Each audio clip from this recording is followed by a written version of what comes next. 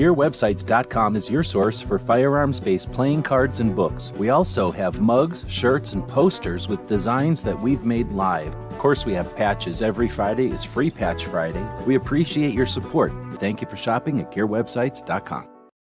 It's 11:59 at Radio Free America, and this is Uncle Sam with music and the truth until dawn. Right now, I got a few words for some of our brothers and sisters in the occupied zone. The chair is against the wall. The chair is against the wall. John has a long mustache. John has a long mustache. It's 12 o'clock, Americans, another day closer to victory. And for all of you out there on or behind the lines, this is your song.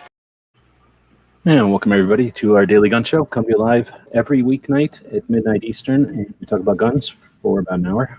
And each night we have a different objective, a different goal. On Mondays, we talk about motivation for Second Amendment activists whenever possible. I bring someone on to have a conversation. And if I can bring a Second Amendment activist on, it's even better. So tonight we've got Charlie Cook, riding shotgun with Charlie. Thanks for joining. Thanks for having me, G-Webs. This is a lot of fun. I'm looking forward to this. Right on. Yeah, and I was just we were just talking offline. I feel like I've chatted with you a million times. I think we've chatted offline a couple of times, and then in real life a couple of times, and then I watch like all your shows. So I feel like, I don't know, you must get this all the time from people that when you're online all the time, people come up and go, "Oh, I feel like I know you." People do get to know you, and I've had some people ask me about things and want to talk about things. I'm like, oh my god, how did I find this out? When did I say this? How did this come up on a show? Like you said something under your breath on them, like during the 3/4 into a live show somewhere with Matt or something, and then 6 months later somebody's talking about it or asking. I'm like, I don't think people were really paying attention. So I don't want to assume nothing. So I was kind of telling Charlie offline, like what I try to do with my interviews is, especially on the first interview, is give people an opportunity to talk about two big things: who they are first off, and then why they do what they do, and then how they do what they do. Since we're talking to Second Amendment activists, in my experience, just about everybody, there's not any superheroes. Nobody got bit by a radioactive Second Amendment bug or anything. Everybody's just got some motivation, and they're able to do what they're able to do. So what I try to do is give them an opportunity to talk about that. As I was telling Charlie offline, that most of the time when you bring someone who's an activist on to a show, it's to get their point of view on a subject or a topic of the day, and then you'd have your 10-minute segment and you'd brush them off so you can talk about something else. And I try to do the opposite of that. And I was actually telling Charlie that I kind of build this off of James Kalita, a guy that did what was it? Out of Order with James Kalita podcast. Yeah, and Charlie's the first person I know that's heard of that guy. So let me start with that. Well, I guess I'll let me finish. So what I try to do is give you a chance to talk about the why you do what you do in the house. So I appreciate you coming on and doing that. But again, since I'm assuming that most people have talked to or heard Charlie or listened to enough of the shows that you understand who Charlie is, I don't want to assume and make this the only that, unless we can talk about that the whole time, then more than welcome to. But I don't have a script here, so go ahead. Let's start with the James Kalita thing. So I was less than a year doing riding shotgun, and James reached out to me, and he was in New Jersey, and he said, hey, listen, I'd love to have you on my show. I've got a show. It's the Out of Order podcast. I'd never heard of it. And so I started to listen to it, and he's like, hey, I want to be on your show. And I'm like, well, I drive people around while we talk. So I'm going to have to plan a trip down to Jersey. And I was going down to, I was going down to DC for something. I don't know if it was the Heller 10 or it was in 2017. It might have been for something else. Anyway, so we made a plan to meet at the Gun for Hire range, and I said, all right, here's what we'll do. I will interview you as we drive into New York City for my show, and then you can interview me for your show on the way back. And he was putting out a show. Man, he did this, I think, for over a year, where he put out a show every day for over a year, which is like, to my mind, that's a lot of work. I didn't realize there was that many of them. I found it, I think, after that effort, because it seemed like they were, I think, over, also ending whenever I came across it. So then you were on his chat, and he's been on yours. Do you remember what number? Oh my gosh, it was less than 30. Oh, it was a while ago. Okay. It was a long, yeah, it So was we're quite a while ago. talking probably I want to say, November of 19. ooh, you know what? I'm going to say, um, so in 2016 is when I had the idea for the show. I tried filming some shows. Um, I didn't, I'm trying to hold a day job down and a career and all this other kind of stuff. But I filmed some shows in 2016, and then I spoke at Gun Rights Policy Conference and met more people, and then I started to go to more things, and then it was I'm going to say it was in 2018 I went down and interviewed him, because I didn't start putting shows out, I think, until like the fall of 2017. Okay. Well, I was trying to unsuccessfully find it. I'm going to let somebody else find it. Um, That's probably you know what? I smarter. We just do dug have it up. people It's watching live. number 26. Okay, awesome. Thanks. So I'll still let somebody else find the thing and link to it here while we're live. We'll use the power of other people watching Yeah. live. So again, I was kind of mentioning that before, but thanks to all the people that are watching live. I do see some questions coming in, and we'll grab those. But okay, appreciate that kind of starting us off with the with your experience with James, so you understand Michael. And let's start with that. Would you give us maybe an elevator speech? Because I'm again assuming I don't want to assume that everyone knows who you are.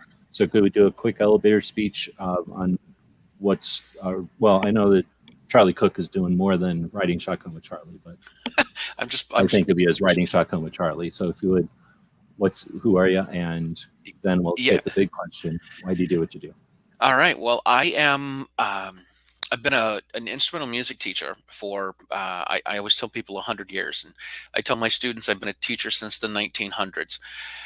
And I grew up as a gun agnostic, and I wasn't a gun guy. Wasn't for it. Wasn't against it. It just seemed a little crazy to me and dangerous to me. Um, all I wanted to be when I was young is I just wanted to be a gigging musician and play with big name people and travel around the country. So after September 11th, there was one of my schools I was teaching at. They said they called everyone in and said if anyone was in the school that wasn't supposed to be, an active shooter, before they called it an active shooter, then the principal would say, get on the intercom and say the eagle has landed. And that meant that everybody needs to lock their doors and hide under the desks. And I sat with a bunch of teachers, and I said, that seems kind of crazy. I've got a 9-year-old son, a 9-month-old son, excuse me. And I said, if the teachers on the first floor all had guns, they could shoot the bad guy on the first floor, and teachers on the second floor can keep on teaching.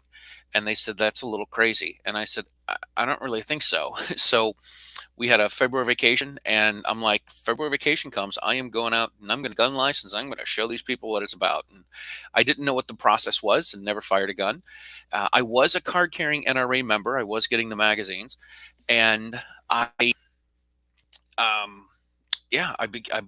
became a pro gun guy without doing any live firing. And then that fall in 2002, I took a class, an NRA basic pistol class with the state's pro gun group, and I shot for the first time, and I was like, oh my gosh, this is the coolest thing ever. And then that led to joining a shooting range. And I inherited some guns that were my father's, that I didn't know that were in our house when I grew up. And I joined a shooting range, and I became a range safety officer so I could start running bowling pin shoots. I started helping with these firearm safety education days where you teach people how to shoot. And then from there, the director of education for the Gun Owners Action League said I should become a firearm instructor. So I did the process to do that so I could teach home firearm safety and the NRA basic pistol class. And I did that for a little while, just thinking I could make enough money to support my shooting habit. I eventually got a job working part-time at a shooting school, and that led me to, standing up in front of 20 people doing the shtick for the class. And I said, hey, I'm bringing in $2,000 for the boss. How can I bring in $2,000 for Charlie? And that's when I started personal shooting instruction, and I started teaching classes on my own. After a few years of doing Toastmasters, I was doing this manual called Communicating on Video. And I had to interview someone for 5 to 7 minutes and be interviewed by someone. I had to do a press conference. I had to do a video editorial and then make a video for someone.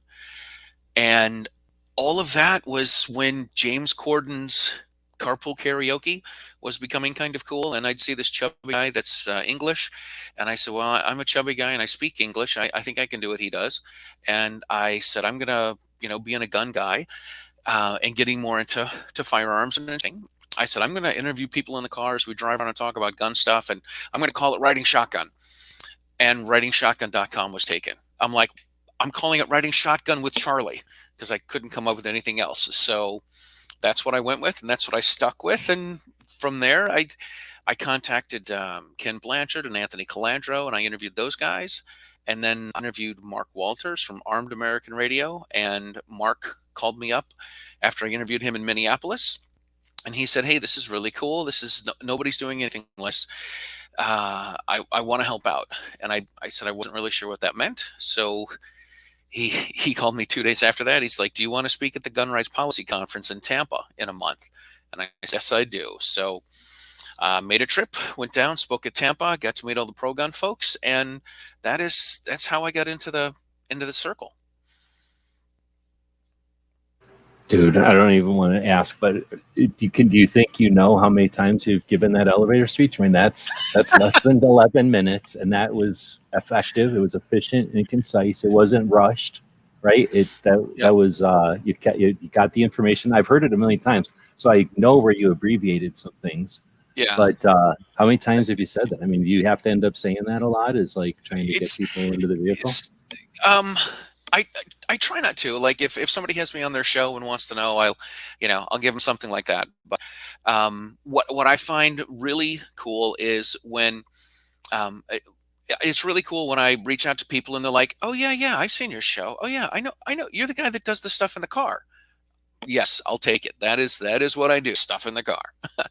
And it's honestly, it's even cooler when somebody reaches out to me and says, "Hey, I've seen your show. How do I get on the show? Like, how do you plan all this stuff out? When can I get someone on the show, or when can I be on the show?"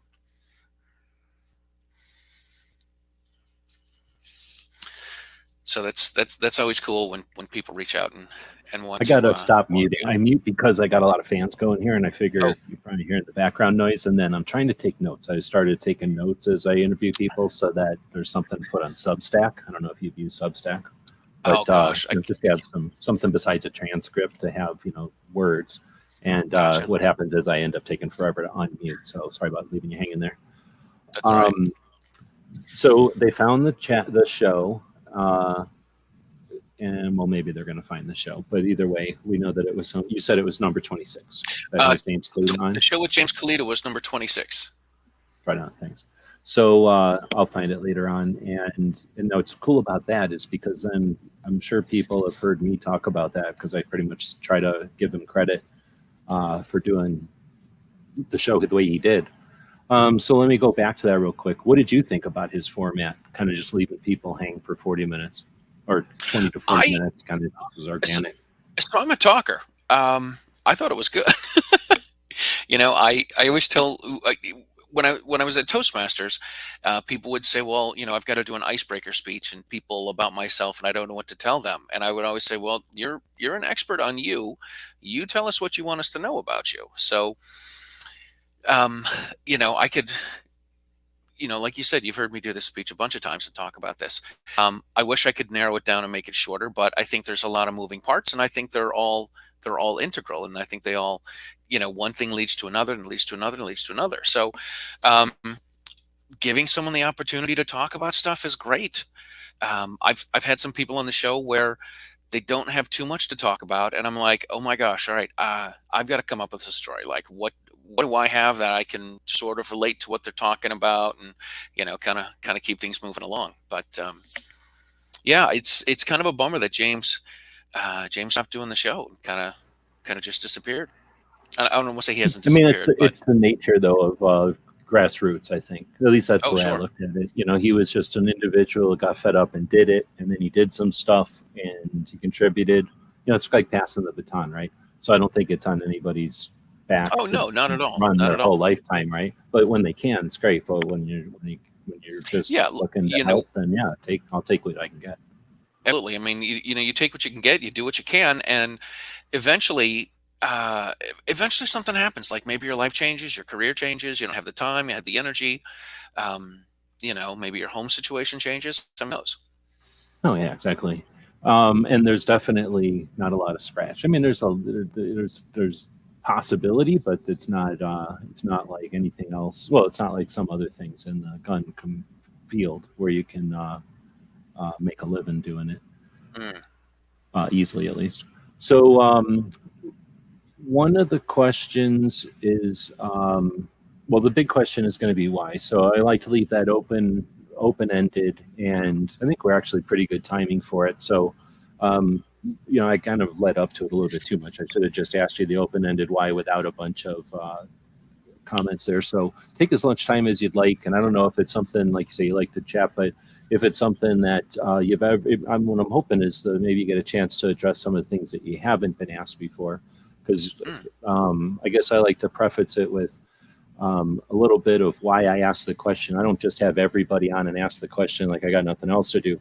But I mean, you've been doing amazing. I mean, there's only other like two other people I can maybe one other person I can think of that's actually doing a bigger contribution to the awareness right now would be Cheryl.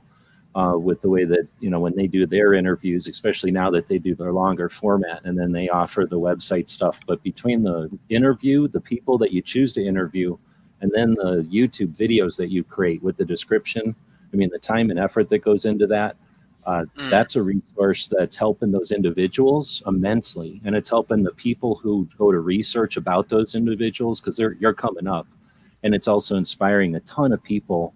I'm sure for people that go, oh, I like what this guy's doing, I wish I could do something like it, or I'm going to try, or oh, I don't like the way this guy's doing it, I'm going to do it better, right? So either way, we're winning, yeah. and it inspires people that way. But then Hmm. at the same time, you've experienced some other things. You've gone around and done some things, so I'm sure you've spent way too much money than you should have going to places and experiencing things because you wanted to see if it was worth it. I'm not going to get into the good and bad. We all know there's good and bad and everything. But you've made, I'm sure, some decisions and you were like, oh man, that cost a lot of money and it really wasn't worth it. And that's the kind of stuff that most people are going to decide, okay, in the long run, there's not a lot of gain here. There's not a lot of stuff I haven't seen yet. It's about time to transition out. I've done plenty. I can say I'm done and everybody's going to be fine with it.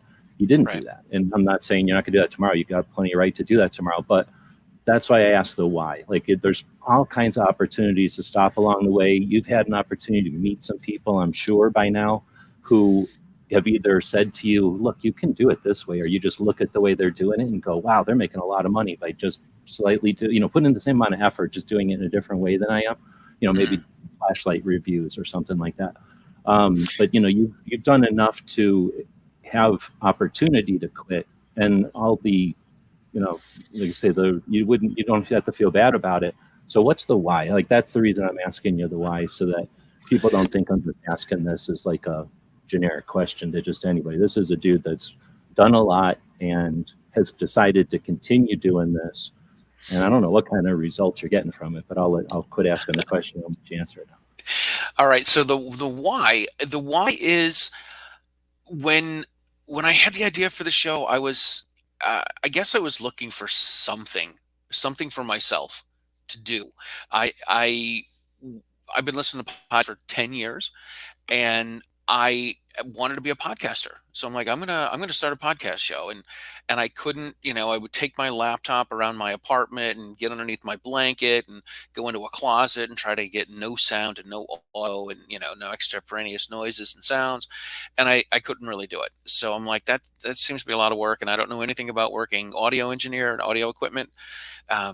So that I kind of put that aside when when I saw a couple karaoke, I get there's a whole, he doesn't drive, he's got all these people, he does the whole, oh, I'm gonna go, I'm running late for work, I got to get some coffee, and oh my gosh, I run into the Foo Fighters, and then let's sing Foo Fighter songs, and I'm like, this is really ridiculous, but this guy gets to hang out with rock stars, and for me, when I think of the like the big name people that I want to have on the show, um, I think this is crazy and that's cool. I think of Ted Nugent, I think of Kid Rock, and I think of Hank Williams Jr. So to me, it kind of points back to I want to have some pro gun folks that are big name musicians, and I would have these people on the show. Not that I don't appreciate the gun folks, but like those would be like if an angel came down and pranked her wand, I would love to ride around with Kid Rock and talk with Kid Rock about music and about guns and about freedom and all that sort of stuff. That would be unbelievable. But I started doing it. I guess I had some friends that I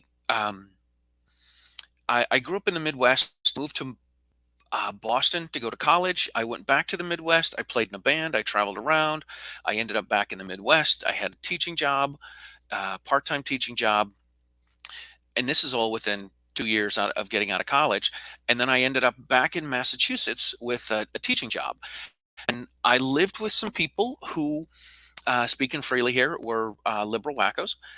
But I was young. I was in my 20s. I wanted to play in a band. I wanted to drink beer, and I wanted to watch girls dance. So guns weren't a thing. Like it wasn't an issue. Like wasn't a deal.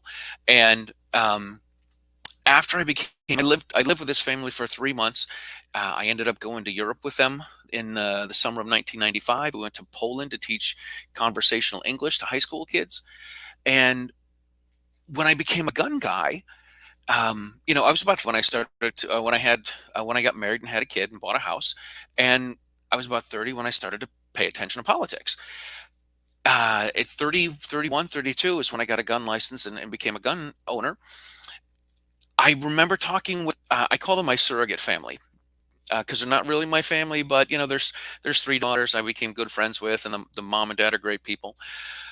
When I became a gun guy, I was talking with their youngest daughter, and she's like, I knew you before you were in guns, so I know you're an okay guy, and I know you're not a Duck Dynasty guy, but like we're not really gun people, and gun people seem a little crazy and a little dangerous. And I was like, well, that seems a little nuts because we're just like everybody else. And I became a gun guy because I had this little 9-month-old boy that I needed to protect. And then I eventually ended up having a daughter. And I need to be able to protect my family. And that's what it's about. And I went through a stage where I wanted to be a hunter, and I bought a bunch of camouflage and did a hunter red class. And, I sit in the woods and go deer hunting and freeze my tail off. And I'm like, all right, this isn't for me, like hunting. They're like, oh, you got to pattern the deer and then go where the deer are. And I'm like, I get 3 hours on a Friday morning, and then I have to go to work. So I can't, that's not really an option. So hunting wasn't necessarily as much as I tried. I couldn't really get into it. So then becoming a gun instructor, I just realized that gun folks are regular people. And that's really the mission statement, I guess, or part of the mission statement of what my show is. We're people. We're not crazy lunatics. We rarely drink blood from skulls of our enemies. We're just regular folks, and that's what I wanted to put out. Is say, hey, listen, you might think that these people are crazy because they're gun guys. This guy was the victim of a crime. This guy was robbed in his garage. This woman was a domestic violence survivor. So they're not crazy lunatic gun people that are over the top through the government and all that sort of stuff.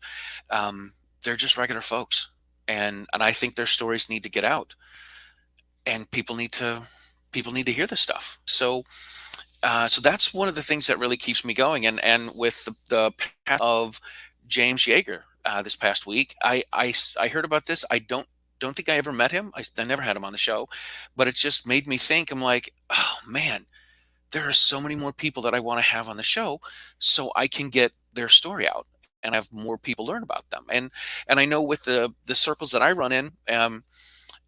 So Amanda Suffolk and I like to talk about this because we compare this to the Olympic rings. And the red ring touches the blue ring, which is the green ring, but the red ring doesn't touch the green ring. And I probably have the colors all screwed up. But I know some people that are gun folks, and she knows people that are gun folks. You know people that are gun folks, but we don't all know the same people. So when you talk to someone else and you're like, hey, have you heard? I'm talking to Paul Lathrop. I'm like, who would be good to have on? Jared Yanis from Guns and Gadgets. He's like, I'm not sure who he is. I'm like, dude, he's got 300,000 people that follow him on YouTube, and he's always putting out content, like putting out 3 or 4 videos. He's like, I don't have time to keep up with that. Like, I don't know who he is. So you connect these rings together, and then you bring more people in so that your circle gets a little bit bigger and your ring gets a little bigger. One of the other things I wanted is when I was starting the show and doing all the Toastmaster stuff, I was hustling, man. I had a job 5 days a week working as a teacher in a bunch of Catholic schools.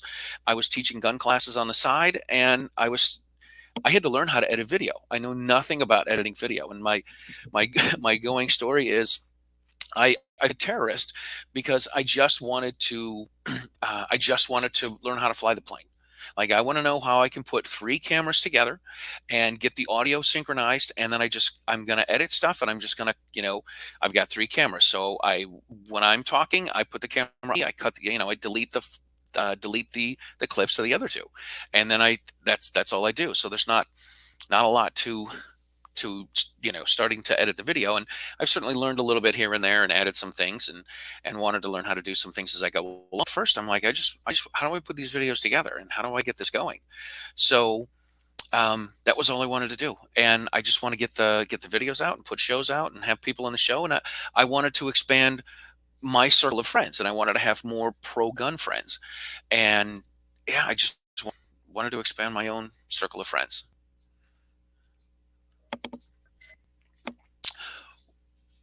One of All right. the So, oh no, go yeah, ahead. so No, go. the other thing that keeps me going is, and this is really bad for me to know, it's bad for me to say, so I preface it, but I don't get whatever it is that I need to make me feel good about what I do. I don't get at my school job. I'm at the bottom of the totem pole. Band kids, I teach band. Forget their instruments. They don't know what day it is. I had a school last year that had remote learning one day and didn't tell me until I got to the school. I'm at the bottom of the totem pole, and when it makes I get the feeling of being important when I do shows, and when I go to some place, and I know, I think it was Guns and Barbecue. Might have asked about if I was going to be at the Rod of Iron this year. I am going to be there. I think I'm going to MC the Concealed Carry Fashion Show with Amanda. But that's the stuff that makes me feel great. Like, hey, I go to this event and people make me feel cool. They want to come up and talk and have a picture, and hey, I watch the show, and all that, and that's great. So what I don't the recognition I don't get at school and at my day job, I get from doing Riding Shotgun. So I'm going to keep it going as long as I can.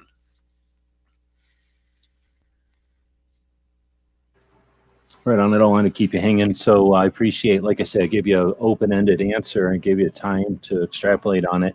And if you feel like something as we chat here, like, oh, I want to expand on it, feel free to interrupt me and go for it, because that's really the goal here, so that you get a chance to, I don't know, have that. And I think it's neat. I don't know if am I the only one. I mean, you listen to the James Kalita thing. That's why I've listened to all of them. I think it's neat to get an idea. Well, I think it adds to the authenticity of the individuals, and it gives us a better idea of what they might need or what they're getting out of it. So how we can help them, or how we can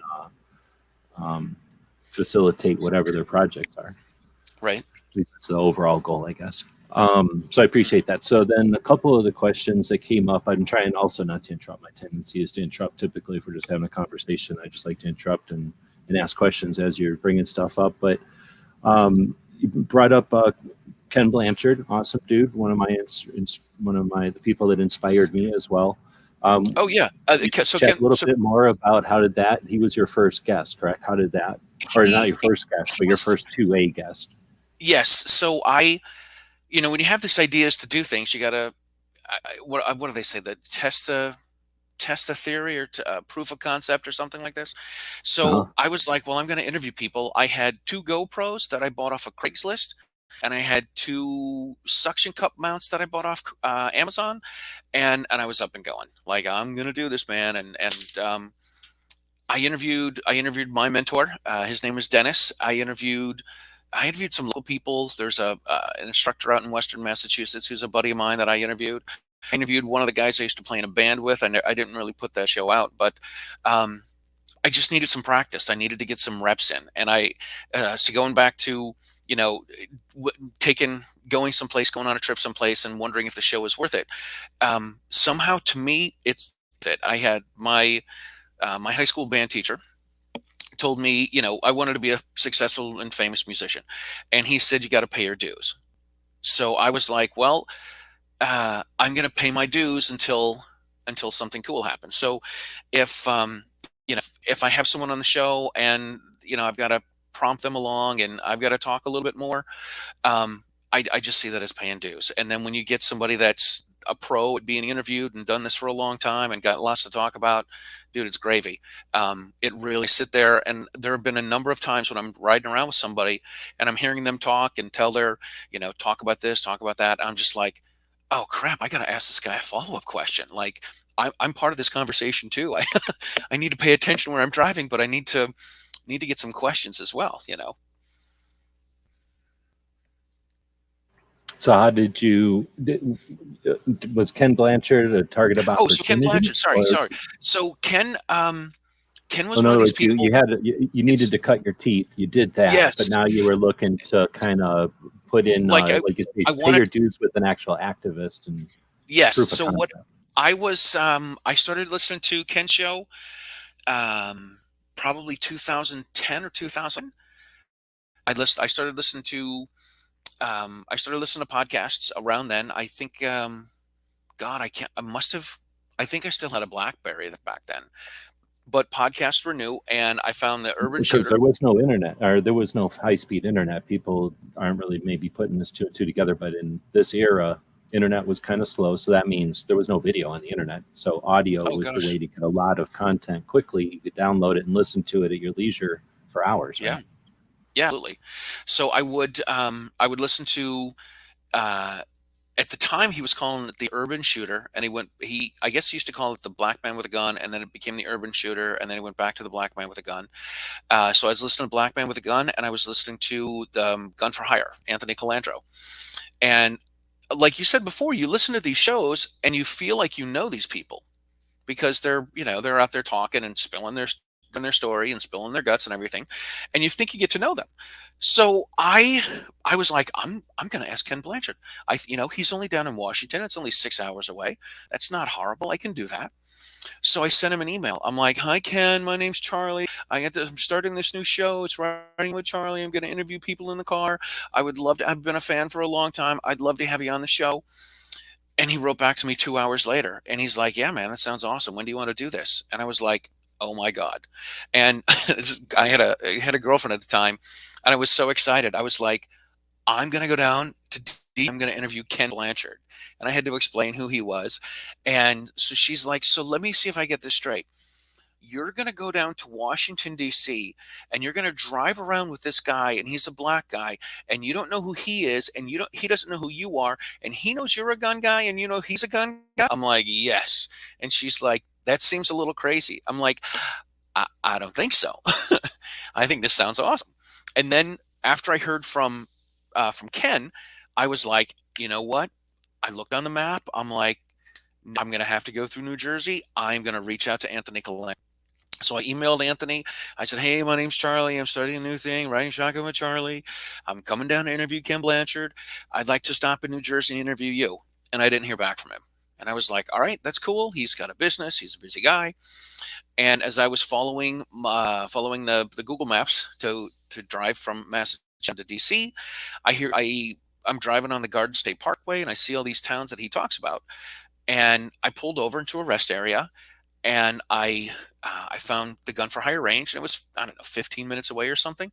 So I went. I'm like, I'm going to stop in. I just want to say hi. I just want to meet Anthony Calandro. I did a gun gram for him the year before, and I was playing a cigar, playing the trumpet, smoking a cigar, and shooting a gun at the same time. And so I went into Gun for Hire, and I sat down. I said, "Hi, my name's Charlie. I just want to say hi to Anthony. I'm a big fan of the podcast." And he popped his head out, and he's like, "You're the guy that plays the trumpet and shoots a gun, right?" I'm like, "Yeah, that's me." He's like, "Hold on a minute." And then he comes out, he's got a couple of t-shirts and a hat and stickers. He's like, "Here, this is for you. Like, I saw the video, I loved it. What are you doing down here?" And I said, "I'm going down to I'm starting a thing, calling it Riding Shotgun with Charlie. I'm going down to interview Ken Blanchard." And he's like, "That's pretty cool. Tell the Rev I." And I was like, did I just get like the secret handshake? Like, this seems really weird to me. So I stood at the lobby, and I had the little angel on one side of my shoulder that said, "Tell him you sent him an email," and I had the devil on the other side that said, "Don't tell him he's a busy man." So I said, "You know what?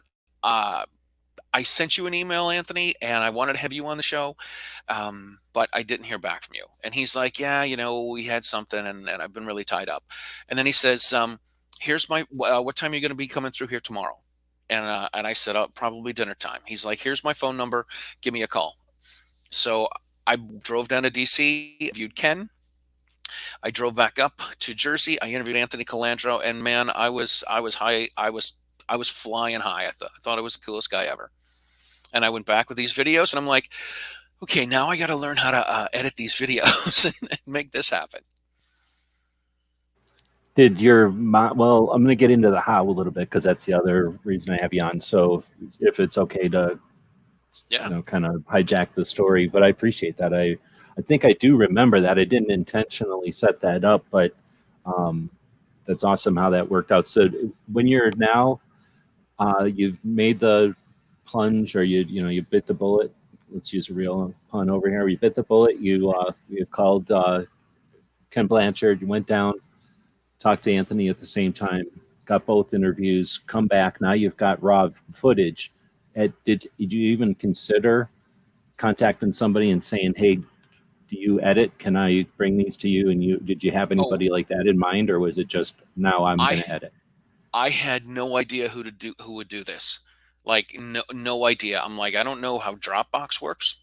The files are too big to because the video segments on like I use GoPros. I have the mini SD memory cards, and the segments of the videos are 17 minutes and 42 seconds long. And I didn't, and it would have like, number 101 was the first video, and then it'd be 1101. And the next one that's 17 minutes and 42 seconds was 2101. And I had no idea. Like, I'm like, there's only 17 minutes and 42 seconds of video. This is ridiculous. What happened? I know I talked to the guy for 45 minutes. I don't know. I don't know where the video is. And then load everything. I'm like, oh, okay, there it is.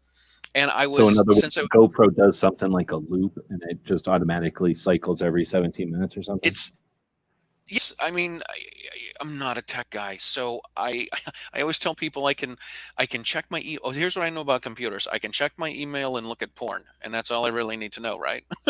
Yeah. um, the But those are huge files too. When Yeah. the GoPros are super good quality, so they become large files to deal with them. Oh, absolutely, yeah. So I didn't know, like I didn't. It took some time to figure that out. The software I was using, since I was using GoPros, was just the GoPro software, and I didn't know that you could synchronize the video by the audio. I had no Oh, idea how to do interesting. this. So I was legit going. I had a timeline, and I would segment of me talking, and I would drag it over, and then I would go to the other camera, because I started off with two cameras, and I would take the segment where the person was replying, and I would try to get them so they synchronized. And of course, there's two different videos, there's two different microphones, so the audio's not the same. And I'm like, this is a lot of work. And I swear to God, I spent, oh man, 8 or 10 hours like trying to do one 30-minute interview. I'm like, this is ridiculous. Like, there's got to Is be an this easier way. couple of questions? So in other words, just to double clarify, when you're saying that the GoPro software, if you take two GoPros and record the same thing from two different angles or whatever, and then you take those two recordings and put them in your computer, the GoPro software will automatically sync up from the audio, sync them both up to where they're, I so you can honestly split that. I have no idea. Oh, Because I thought that's what you said. I I was had just clarifying. it's Then my no, misunderstanding. I was going from, I'm taking the video and the audio from camera one, and then I would take the video and the audio from camera two, and I would put that in the timeline, and then I would go back to, all right, Yeah, well, because that's what I do where, too. And then you just kind of yeah, wiggle it back and forth until it sounds right oh or my whatever. God, and that was so much work. And then I interviewed, um, so it was So now I guess July. the second part of my question was, did you go on YouTube or something and watch how to do it, or were you trying to figure it out on your own? So I interviewed Ken and Anthony in July of Okay. 2016, and I reached out.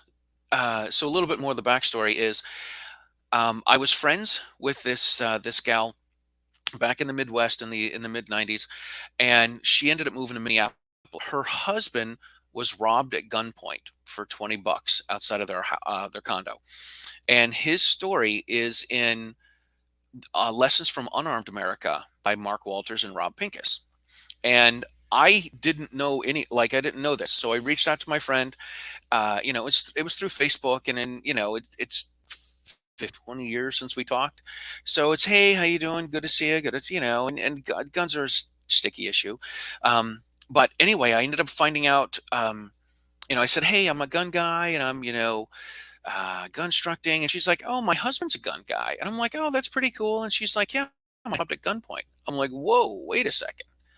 You got to tell me about this. And then I find out he was in Lessons from Unarmed America. So I said, I got these GoPro cameras. I keep them in a toolbox. I can take the show anywhere. I just need a car, and I got the suction cups, and I got the cameras, and I'm good to go. So I went out to Minneapolis for a weekend, and her husband's name was Lee. And Lee says, listen, if you come out this weekend, I'll be at the Minnesota State Fair. Mark Walters is coming. You can have Mark Walters on the show. I can do the show. We can have Mark on the show. And then there was another guy. His name was Peter Johnson from Archway Defense. And so you can have Peter on the show too. And I'm like, great, because he was like an air marshal and had some cool training stuff. And he was the guy that I talked to, and he's like, you can put them together on Adobe Premiere. And I'm like, what's Adobe Premiere? And he's like, oh, it's this software, and you pay 35 bucks a month and you can have access to using it. And I'm like, well, that sounds pretty cool. So I took the video home and I subscribed to the Adobe. You don't buy it anymore. You buy a subscription to use. And I called him up and I'm like, how do I put the videos together? So he's like, oh, you just highlight this, and then over here you have a pull down for synchronize, and you just let it synchronize. And I'm like, Oh, so it was in this? Adobe that you were able to figure out how to get the audios to synchronize. Yes. And I was like, this is so much Oh, well, easier. that's even better, because I was just clarifying before. So if you're saying that you'll have to tell me how to do that, because I use Adobe also. So that'd be awesome. Oh, we makes things. I mean, you got to know how to do it, but it makes things so much easier. And Yeah.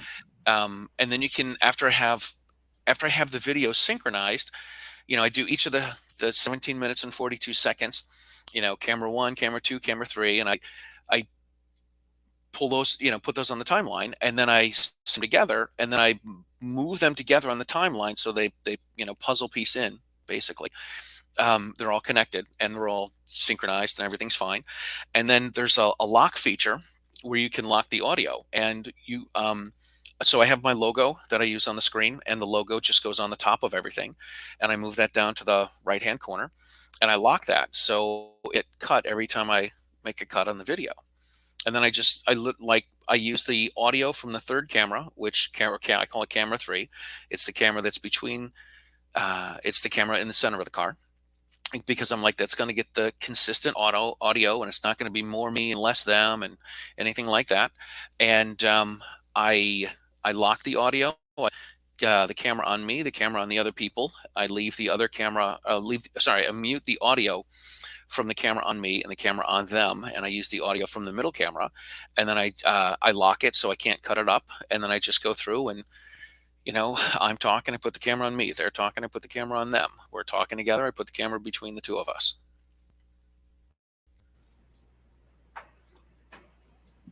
So a couple of questions.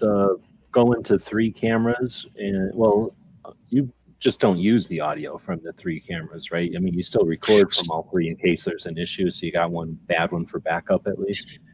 Absolutely. So each of the cameras get video and audio, and then I just mute camera 1 and camera 2, and I go On from the 3. software, like on the Yeah. software, you just tell that one to ignore it. Yeah, I got you. Okay, there's to make Yes. it clear. And then the choice to start using 3 cameras, was that a choice? Did somebody recommend it? Was it like Oh my creative gosh, thing? it was You're a musician. no, How much of the video stuff is a creative thing for you? Like how much of it's that is it? so I do consider the show my baby, and I've had people say, well, you should get someone else to edit it because it's too much work and blah blah blah, and I'm like, either you have time or money, and I don't have money. I have time, so I put the time into editing. Plus, it's my baby, and I don't want someone to tell me that my baby is ugly.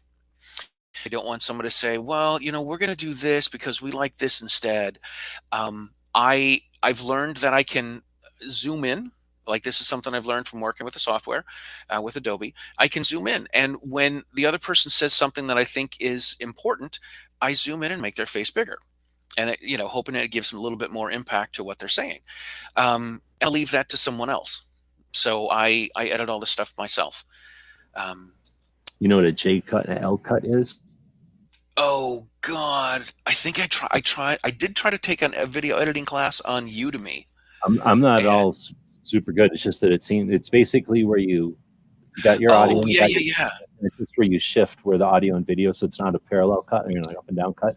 So maybe the Yes. audio starts from one person, because I'm thinking in your situation, I don't know if you use them or not, because you edit pretty good, and I don't know if you're using this and I just don't notice it. But it would be like if somebody's saying something, but then you reacted or they reacted, it would be like Right. watching them but hearing you, but then you said something funny.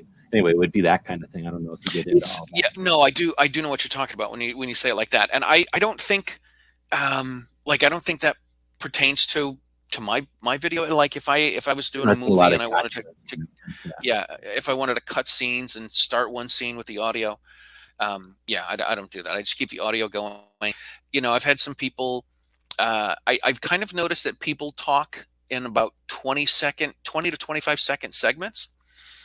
It's not always the case, of course, but that seems to be when it's good. Even if they're staying on the same sentence, they'll talk for about 20 seconds, and that's when they're going to take a breath. And then if I feel like I need to switch to another camera, but I don't want, like, I remember watching the Born Identity movies, and I had a headache. I was dizzy after watching those movies because everything was just moving around the whole time. I'm like, dude, I can't take that. I'm an old man. Like, I get seasick watching that movie. So I don't like to do the cuts too quick, but but yeah, switching cameras, I don't want to do it too fast. Okay, so going to the question about the 3 cameras again. Is that something that, Oh again, yeah. like, is that something like, you think of your cameras and your audio as like music and audio recording, or do you think of this as a separate type of art and skill? I guess it's a separate art and skill. I don't know if it. I mean, In I've other had words, some. not like you don't dig it like you would if you were. I know. I mean, I'm assuming because you're a musician that you sit around playing music as a recreation thing. You're not playing. You're not editing 3 different ways just because you enjoy editing and then picking one No, that seems to work. Okay. no. I just sit down and I'm like, all right, everything's. I it takes time for the computer to do all this stuff. So, a lot of Oh, a I deal lot with of that a lot. rendering. That's actually interesting. That you, I would probably be a lot more creative if my computer was actually like a scalpel instead of like a big crayon. Like, I'm constantly waiting for the computer to do stuff. I get sick of stuff. I have to walk away and Yeah, come back. I'm not doing this. Anyway, that's yeah. interesting. Like to. I would like to schedule my time better so that I do, instead of not binge watching, but binge editing. That I could sit down and do an hour and say, okay, I've done an hour and 15 hour minute, hour and a half or something, and then say, okay, I'm done. Like, I got to go do something else. I want my day, get some other things done. But a lot of times it seems like I'm like, okay, I got a Saturday afternoon. I'm going to sit down. I'm going to edit a show. Editing's a chore then. It's not, oh, I got It's the evening to myself. I'm going to pour some wine and put on some music and edit because it's my favorite thing. no, Yeah. it's not my Okay. favorite. It's not my favorite thing, but started is the hardest part. Like, once I'm going, I'm like, you know what? It's not so bad. Why do I fight it all the time? Why do I not want to do this? Not that I don't want to do it, but I like knowing why how do to use it. For me, it's like a guitar. Like, I like the idea of knowing how to play guitar. I just don't want to have to ever practice. I just want to be able to do it. dude, as a music teacher, nobody wants to practice. No, nobody, man. So So the 3 cameras, I would watch Carpool Karaoke, and since I'm like, ooh, they're using so you GoPros, gotta dissect it and I like back it. well, what I would do is I would watch Carpool Karaoke, and I'm like, how many cameras do they have in the car? And then after 2 years, like, when I finally learned that I could zoom in, oh, they probably have less cameras than I think. Like they probably have one on the like I said, I have one on Well, the when you got a one on the 4K passenger, one on. camera, you can zoom in to one person and it's like a separate camera, right? Like that kind of Yeah, trick. absolutely. Yeah. I mean, I did a show with somebody. I got the three cameras set up and I had them turn the camera on. So the on button's on the front and then the the power button's on the front and then the on and off button to start the It's like video an old is on the camera on top. top. Yeah. So um I had them push the button on the top and I did not tell them to put their thumb on the bottom. So they pushed the button on the top and it pushed the camera down.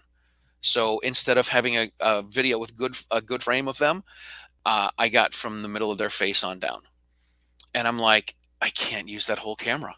So what I did was I would have the camera on me, the camera on us, and when this person was talking, I would zoom in and then uh, Like crop. move the yeah, I would crop it so it was just them in the camera, so it looked I like the remember that. camera That was was right one of in the front of early them. ones, right? That was a while ago. Oh my gosh, this was a couple years ago. Yeah. Yeah, I remember that one. I think you might have mentioned it, but you could also tell just because it kind of resolution got weird or whatever. But yeah, it's still Yeah, there's another thing that I was interviewing someone last year and I didn't notice that like there was a smudge on the camera and I'm like, "Oh no." So enough that now I it can't. made it didn't work. It's no, it was enough that I noticed it, but not enough that it was distracting. If it was really just like, all right, well, I got to work with two cameras, so that'll be that.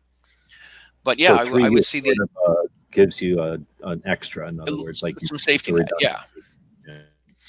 Yeah. yeah. The camera And then it that's also puts the one in the middle gives you that audio that's you got for like that's your good audio. Your other two are redundancy for audios, and then the 3 cameras are kind of you've always got 2 cameras pretty much. yeah, two to three. What The about camera when? Oh, I'll let you finish. Go ahead.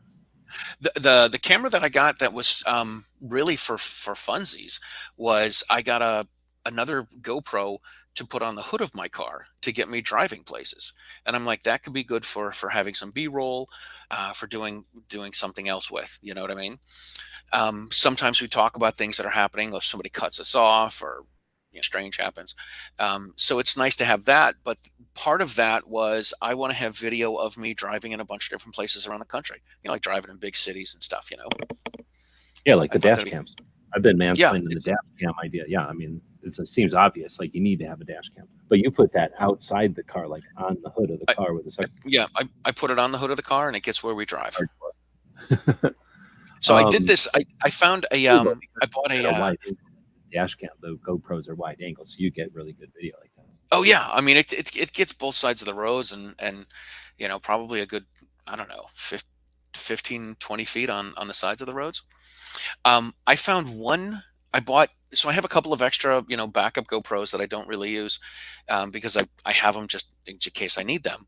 But one of them I bought had some like a tall suction cup mount. And so what I did at one point is I put that on the side of the door and I aimed the camera at the wheel well of the tire, so it looked like a 1970s cop show. Yeah, that's awesome. I Did thought it work? that it did. Yeah, I think the camera the camera crapped out after like 3 or 4 minutes, but I got a little bit of footage like that, I which was do the pretty cool. thing with I do everything with my phone. So I just do the thing where I roll down the window, stick my arm out the window, and hold it down by the ground. So I try to get that angle. It always is crooked or something, but I like that angle. So I was going to ask, do you play around with cameras at all? I know that you travel. I kind of talked about at SHOT Show with you, and uh, just to kind of touch on that again, like you obviously you got the 3 GoPros. You're not doing anything special with audio. You don't have a 360 No, camera or any other kind of cameras that you're screwing around with. I don't know. I'd like to, honestly, I'd like to improve my audio. I'd like to get microphones on people. I'd watch Seinfeld's Comedians in Cars, and he's riding around with Eddie Murphy, and they're in a convertible, and it's amazing audio. He's also got $800 million, so he can afford some good audio. But I bought a little one of those little portable 4-track recorders, and I've tried using mics on people, but I have not really worked it out. That's what I was You going know, to suggest. I know people that have used you're effectively like a digital version of an old micro cassette recorder, right? Except it's all fancy yes, and it, yeah, and then they have the lapel mics or whatever they're called now. yeah. I never know where to put them, and I don't want to. Like, I put one. The first time I tried it, I thought it would be pretty simple. I'm like, all right, plug the mics in, and we put the mics in under our shirts, and it recorded me, but it didn't record the other person. And so I'm like, all right, I'm going to deal with this later. And then, a year later, I'm like, all right, I should probably do something about this. And I tried it and couldn't get it to work. So, I got it figured out already, dude. The visors, the sun visors. As long as they're not sticking them forward because of the sun or whatever, they're like oh, right there. right. Maybe, yeah. And they, Maybe I should try. some people are right there. Awesome. So the thing is, everybody's always talking about all this stuff in real life. When you're going places, stuff is fragile. Every once in a while, the stuff you buy is rugged. So GoPros are fairly rugged, but Mhm. mics and stuff, I don't know. I never owned them, but every cassette recorder I've had has been pretty fragile compared to travel, right? And it's Yeah. off-sided luggage and stuff. So, and then just weight and everything else. And then as far as GoPros, how many batteries you got? You got three Oh, my GoPros God. batteries for them. I think I have 4 sets of batteries. And I So never, like 4 for each one. yeah, I have like 3 or 4.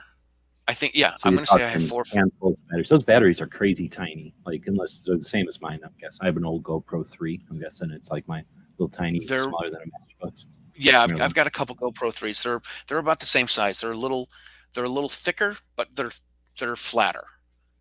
Okay, so yeah, phone batteries. So it doesn't take up a lot of room, but you basically have to have a bunch, right? Like just in case they go Yeah. out, or if you're going to do Oh more my than one gosh. interview. Yeah. So yeah. So when I go to when I go to SHOT Show or GRPC or something, and I have all these people that want to be on the show, and I'm like, yeah, I can only do like 3 shows, and then I got to recharge the batteries. you know, like the batteries only last so long.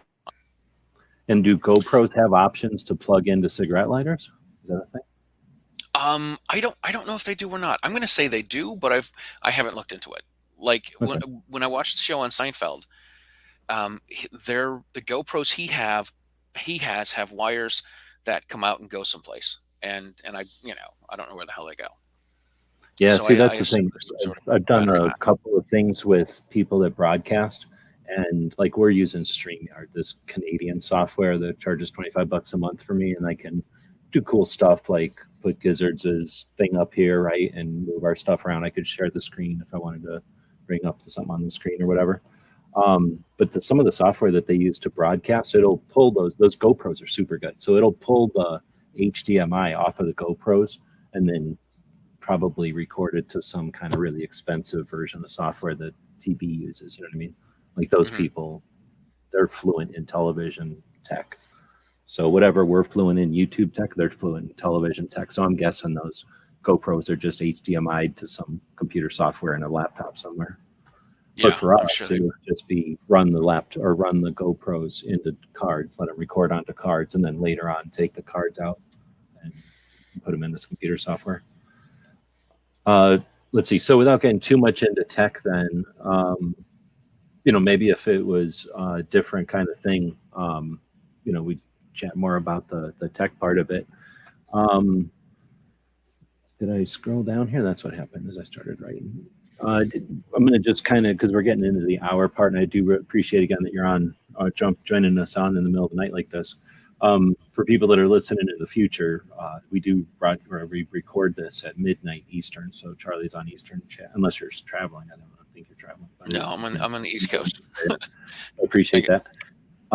Is it difficult to decide who to have on? Do you get too many requests, or is it, I'm sure your time's limited when you're at a place like Gun Rights Policy. I mean, that's a lot of targets and only X amount of hours.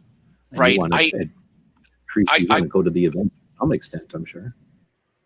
the last few years, well, when we go to GRPC and it's in person, I get there Thursday night. I do AmCon on Friday. Friday night's a social. Saturday speeches all day. Saturday night's a social. Sunday speeches in the morning, and then everyone's done at 1 o'clock or so on Sunday, and they're like, "Hey, yeah, let's go have a drink, let's go catch up, let's." And I'm like, "All right, I gotta go. Like, I don't have time to hang out and talk because I'm interviewing this person at 1 o'clock, and I get this person at 2 o'clock, 3 o'clock. So I'll catch you guys for dinner." So you And stack that's them up on Sunday. yeah. I Typically, try to. first I mean, one. if I can squeeze somebody in, if I can squeeze somebody in during another time, I absolutely will do that. But I don't want to run out of. Again, I don't want to run out of battery power. So I will. I guess the big criteria is I want to have someone that has something to has a story. They have something they can contribute. I've had my local friends are like, "Oh, my dad's into guns." I'm like, "Okay, that's cool. Well, you should have him on the show." I'm like, "What does he do?" "Well, he likes to shoot." Okay. So I'm like, so I try to get a half hour out of people. And your father likes to shoot. Um, does he make guns? Was there a home invasion? Was he a competitive shooter? Was he in the Olympics in the 70s? Like, you got to give me something more than that. So I want people to have some sort of a story about either why they got into guns, or, I interviewed Gabby Franco, and she's got her she was a competitive shooter in Venezuela, and then she moved here. Um, yeah, I want to I want to have some sort of story. I don't want it to be like, well, oh, you should talk to my uncle's a cop. Okay, that's cool. What does he do? Well, he drinks a lot and carries a gun. Okay, that doesn't make him a gun guy, and that doesn't mean he's got any good stories. He's probably got stories because he's a cop. Not be good at telling them. So, like, I don't do the pre-show. For me is when we get in the car and I say, okay, here's the cameras.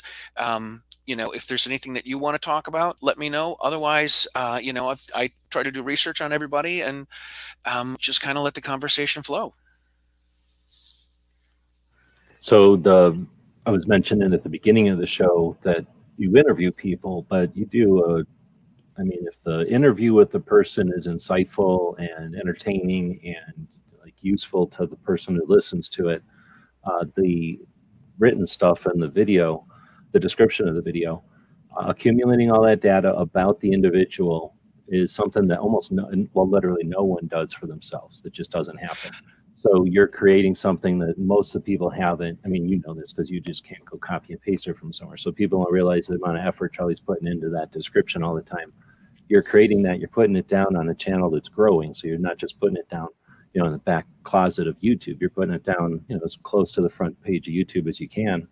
And then, to being the second largest search engine, it's creating it accessible. It's making it people who often have, a website or they're affiliated with an organization. It's, putting all their information into one spot so that the again, researchers, people that are looking it up are going to find it, but then again, they're finding it. They're not having to keep going. So all of that stuff is extremely useful. So I appreciate that. Well, let me. Here's the story with that. Okay. In 2019, I won the Blogger of the Year award at Gun Rights Policy Conference, and I ran around for 2 days, and I'm like, I got Blogger of the Year, and write a word. So that's how I roll, right?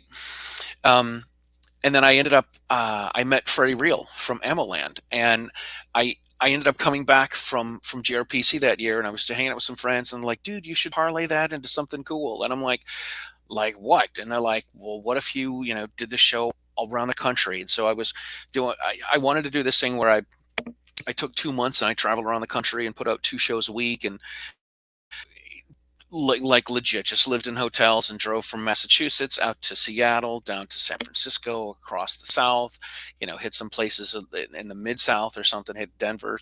And I thought that would have been a really, really cool thing to do. But again, it takes money. So I'm like, well, I gotta get sponsors and blah, blah, blah. So anyway, I ended up talking to Freddie Real and said, listen, this is what I'm doing. And, would you be interested in putting the show on? And he says, yeah, it sounds great. I need 600 words for our SEO, right? For the search engine optimization. So I'm like, well, what do you mean? And he's like, you got to write a show description. And I'm like, oh God. So, the formula for that is, how did I meet the person? How did we, did they reach out to me? Did I reach out to them? Have we been running into each other? Blah, blah, blah. And then the next few paragraphs are, what we talk about. I started doing the timestamping to help with YouTube stuff. I get what I call the favorite quotes, and I really find a lot of inspiration from hearing people and how they how they overcame something, how they made it through some hurdles. They had this difficult time, and their friends didn't they like what they didn't think they were doing was good and cool, and then all of a sudden they something amazing happened for them. So I have a section it's 5 or 6 sentences, and it's just the favorite quotes. And so I watch I live through the show obviously, and then I go back and edit the show, and then once it's on YouTube, I go back and I watch it again and get all the timestamps, and I write the show description, and then I put links, for them and for the SAF, and to find listen to the show on podcast form and stuff. And so I try to, Freddie says he needs 600 words for SEO, so that's when I'm like, all right, I got to start writing stuff about the show as well. Okay, well, And that's I guess where I started from. I was asking. I guess took me. I got long-winded there and got off tangent. But I was asking, do you write? It sounds like you write the description after you have the conversation with them. But it sounded like when you talked about it, you also research them ahead of time. So it's sure, sort of yeah. a both. And you said Yeah, that's for AmmoLand? I do, yeah. So AmmoLand was good about putting the shows out, and then I was already doing the show, so they like the old shows aren't on AmmoLand, but they left it up to me for the last few months, and I wasn't sure how to work everything on the website. So I talked to somebody, and he's like, here's how you do this, here's how you do this, here's how you do this. So this past week I sat down, I put a movie on, and I'm like, all right, I'm going to dig up all the YouTube links, I'm going to dig up all the show descriptions, and I'm going to put them in on the website for AmmoLand. And I'm like, them, and AmmoLand's got them, and when they put them out, they put them out. Like my work is done. When you put them out, you put them out.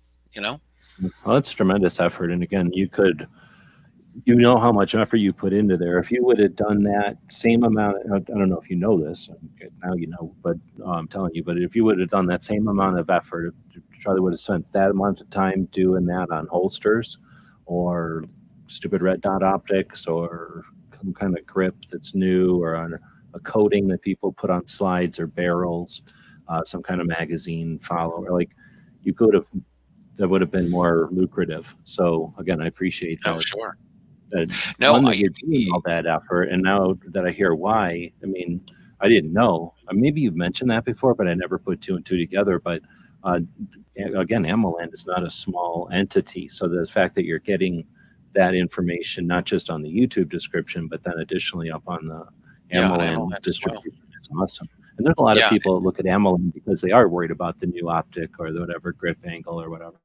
Oh, sure. And I about a year or so ago, Freddie and I were talking about, hey, well, maybe you can make some other videos for us. And I'm like, I live in occupied territory, so all the cool things, I can't buy a Gen 5 Glock. I can't, there's certain, we have in Massachusetts, we have guns that we can't get from dealers. So unless I was whatever associated with the dealer, there's a bunch of guns that I don't have access to, and I don't know enough about Cocobolo grips and oh God, what is it, stippling that people do? I'm like, that seems a little ridiculous. But my deal with shooting is I like to squeeze the trigger and make the gun go bang and put a hole in paper or bust a clay. Like I just want to squeeze the trigger and make the gun go bang. So reviewing things is not. It doesn't interest me. I used to, I tell people that going to a gun show to me is very much like going to a strip joint. There's lots of things that I'd like to put my hands on and nothing I'm going home with. So why do I want to frustrate myself with that? Getting the gun magazines. This is cool. This is great. This is a review. This is a gun I'm not going to buy. So reading a review doesn't do anything for me. So I couldn't tell you the cool red dots and, what was the oh my God, the new ammo that came out. The defensive stuff or whatever. Yeah, a lot of the 30 super, whatever. I'm going to call it like the consumer stuff. I hear you. I'm not a big fan of just watching consumerism for consumer's sake. Some of it's by necessity. I mean, I'm okay with the generations having their own brands and evolution of technology and things moving on. That's fine. I'm just not interested in paying attention to every incarnation of it necessarily. But sure. What I'll talk about with the gun shows, just a different perspective on gun shows, And this is something that, again, I don't know anybody you got to be interested in this kind of stuff too. But I would call it's if you're going to a gun show for that new stuff, it is pretty boring. But I go to gun shows for the old stuff and for the stories and the people that you meet. I'm not really a people watcher, but I appreciate just understanding who all's out there. And you'll see some mixing up. You'll see people that are like, oh, your grandpa did this. Yeah, your grandpa carried this. Or your grandma built this. Your grandma was, at the factory making this. And that kind of stuff gets handed down. And then what's cool is that, yeah, you're not going to be able to buy all that stuff necessarily at a gun show. But when you can hang out, I just go to a gun show and hang. Like I like, especially if you're creating content. So you can go to a gun show and just do like a NPR type of, this is what it was like. If you think of it that way, I'm just going to go to a gun show and experience it. And I'm going to do a narration of what I learned at the gun show this weekend. And you might find out that like, oh, somebody likes these things because their parents knew something about it, or maybe they like it because of their wife did something. You hear all these different stories. Because here's the thing, everybody at a gun show is just like at a swap meet. They're bored off their nuts. They're just sitting there watching everybody walk by, not buying the stuff at their table. So if you stand in front of them at their table and talk to them, it looks like somebody's buying something from their table. And more than likely, somebody's going to come up. And if you're polite and you walk away as soon as somebody's there to buy, you let them sell a couple of things and then just hang out with them. You'll get all kinds of cool stories. You give somebody a cup of coffee if they've got something on the table, like let's say you're into 1911s or Garans or something, bring them a cup of coffee or, whatever's appropriate, bag of Doritos, whatever it looks like they want. And, just something. And or buy something off their table and then ask them, hey, can you tell me about these? I'd like to own one, but I can't. And I'd like to, most of the time they'll talk your ear off, right? But here's the thing. Sure. Now you go to the range and you're boom, boom, boom. And now you can walk up to somebody and go, I was at a gun show and so-and-so told me that this and that. And they're like, you talked to so-and-so? She's my best friend or she's my neighbor. This is one of her old guns. Here, shoot it. So I just like, that element of but you got to be down for hanging out and, Oh, sure. Yeah. But it's sort of like cars or something, if you look at a car show and go, oh, I can't buy none of these cars. I can't drive none of these cars. But some people just like to talk about the engines or the paint jobs or, where they drove their cars. There's all that elements to it. All right. So yeah, that's cool, man. No, that's good stuff. I do want to say this. I do want to say this, like I don't want to get too far away from writing the show descriptions. You actually said to me at one point, you're like, "Hey, man, this is really good stuff because you've got written stories on, whatever, a few paragraphs on all of the people that are on the show, and you're documenting all of these people." And I'm like, that's a really cool way to look at it because I never looked at it before. Like, I'm here like, okay, like where am I going next and who can I have on the show and, when can I put the show out and all that kind of stuff. But looking at it from that aspect is really, I'm like, yes, important. Like, how come I didn't have James Yeager on the show? Like, how come my path didn't intersect with him? And when's it going to intersect with this person and that person? How can I get this guy on the show? How can I get this gal on the show? That really made me look at things a little bit differently and see a different value for what it is that I'm doing and putting out. You've seen Full Metal Jacket before, the movie Full Metal Jacket? I do. I enjoy it until Arlie Ermy dies, and then I'm like, all right, then now it just feels like a regular war movie. Well, but that movie, isn't that if I'm remembering it right, that's the movie about the reporter and pretty much all the time. Oh no, that was Good Morning Vietnam with Robin Williams. No, not that one. No. Well, I mean, I guess it's similar to that, but no, I'm thinking of the one where the guy's got the camera and he's pretty much there taking pictures of the whole thing. I thought that was Full Metal Jacket. I don't think that's Full Metal Jacket. Full Metal Jacket is about the two guys that go in, and then Arlie Ermy gives them a hard, busts their cookies through basic training, and then they go to Vietnam. Anyway, I get the impression of you as either the rock and roll reporter who's going on tour with everybody and getting the behind the scenes. I love that. After the show and hanging out with them and whatnot, and then or the I was going to say embedded reporter who's going in. Although that's a little bit more like, somebody who's not affiliated. So I'd say it's more like a musician who's going in and hanging out and just then, maybe, who I could use? How about Hunter S. Thompson? It's like you're Hunter S. Thompson hanging out, interviewing people, doing your thing. So maybe not that wild, but you're that thread through the Second Amendment and pretty much gun industry, depending on where you take it or what. But Second Amendment advocates for sure. So yeah, I mean, you're definitely creating a resource there, and there's plenty of ways you can develop it or whatever. You continue to use it. Yeah, I love it. I've had a couple people reach out to me, and they said, "Hey, listen, I'm having so and so on the show. Have you had them on your show? And could you send me the link because I want before they're on my show." I'm like, "Oh my God, I love that." I do that. Every single time I have somebody on my show, I send them to listen to your interview with them because it's such a complete interview with them. At least as far as their Second Amendment activism, it's not like you spend 3 hours with them, which I try not to do, but I end up doing it. Which is a different thing, right? And that would be great, but then the person wouldn't have a consumable understanding of the project or the people that you're interviewing. And you're doing it for people that are value. I mean, anybody could do it for like the different optic people, and you'd get paid. Like somebody would pay you to listen to people talk about optics or the red dot or whatever, and they'd be people that are paid by the company to do that, and you would be doing it in that way. But anyway, much appreciated. The next question, I have a couple of questions. I guess unless I'm kind of all over the place here because I'm watching the time, but go ahead. Yeah, so DJ Play says that is Full Metal Jacket. Joker is the protagonist and the journalist, and Rafterman is the photographer. So you were right. Okay, I thought that I was remembering something about at least the concept that there was somebody who was narrating the movie and all the weird stuff was happening, but they were in it. They weren't just watching it and like showed up. They were enlisted. They were in it, and they were going through it. And that's you're an activist. You're doing it, and at the same time, you're there with the camera and the documenting it as it's going there, which is it's more than that because like an Army reporter, you're also kind of giving intelligence to the group as it's moving so that people know what's being taken care of and who's doing what, and that can be useful when people are deciding what they're going to do. All right, so if I have, like I say, I know I appreciate it. It's late, and probably because it's late, I'm going all over the place on tangents and stuff. So if this isn't the perfect interview, definitely, have you been interviewed before? I know that as an interviewer, people might take it for granted. Yeah, I've been on. Yeah, I mean, I've been on. Gosh, I've been on with Amanda. I've been on with Cheryl Todd a couple times.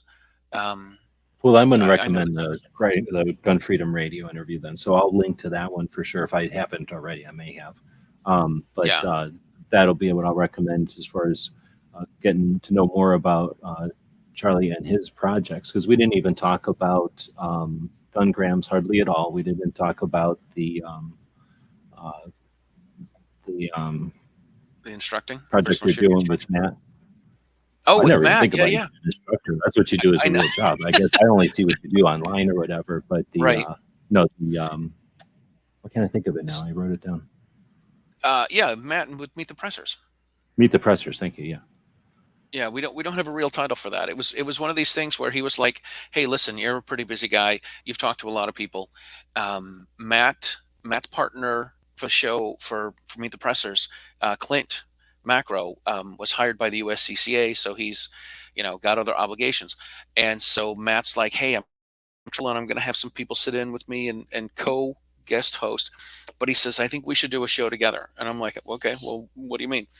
He's like, let's have some of the favorite people you've had on, some of the favorite people he's had on his show, and we do it on StreamYard. We were in the spring, we were doing it regularly, but things happen over the summer and people get busy, and he's traveling around the country teaching classes, and but yeah, that's it's. I know we have both of it. We put the links in the shows on both of our on YouTube, our YouTube channels. Yeah, I think that's innovative for one, that you're sharing it. There's people that have shared channels. They wouldn't let us share channels for a while. Now StreamYard is letting us share like hosting of these live things, which is a cool way to kind of get a collaborative project with 2 YouTube channels. So that's cool off the bat.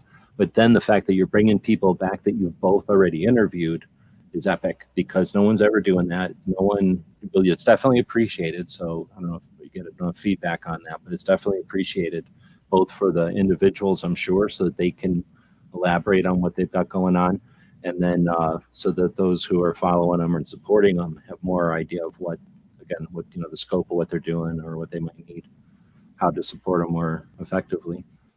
Yeah. Okay, so again, I'm trying to keep an eye on the time and not keep you all night. I do want to have a couple of questions before we end it, because again, you're kind of you are in a unique position, but you're, compared to the people I've had on, you're definitely in one of the more unique positions to answer. This is the last one here, but the first one, we barely touched on it, but one of the things that you've helped with and that you're involved with is the 2A fashion shows with Amanda Suffolk. And my question is an open-ended one. What do you think the impact is of 2A fashion shows, and what's your experience been with the emceeing of it? Amanda is great, and she's always fun to work with. She is certainly more of a type A personality. I think I'm somewhere between A minus and a B plus, maybe. So she wants to make sure everything goes really smooth.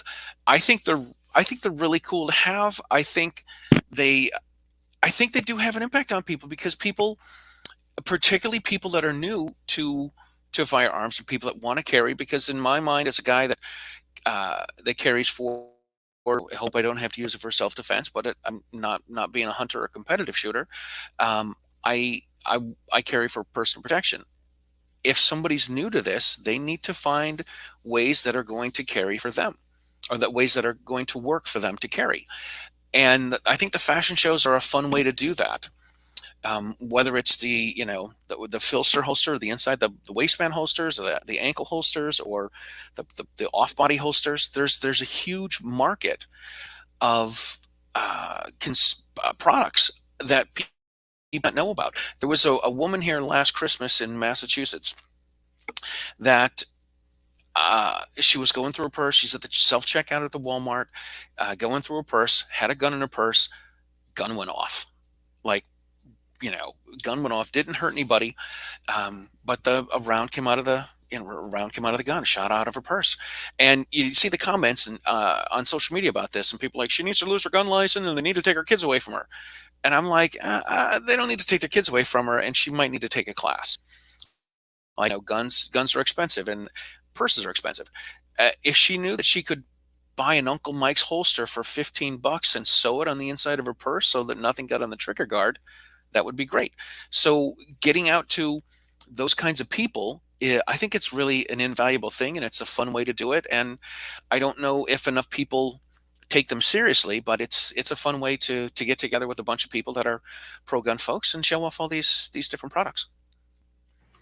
Right on. Yeah, I think it really normalizes stuff too. Just being able to say we've got that in the inventory of stuff that.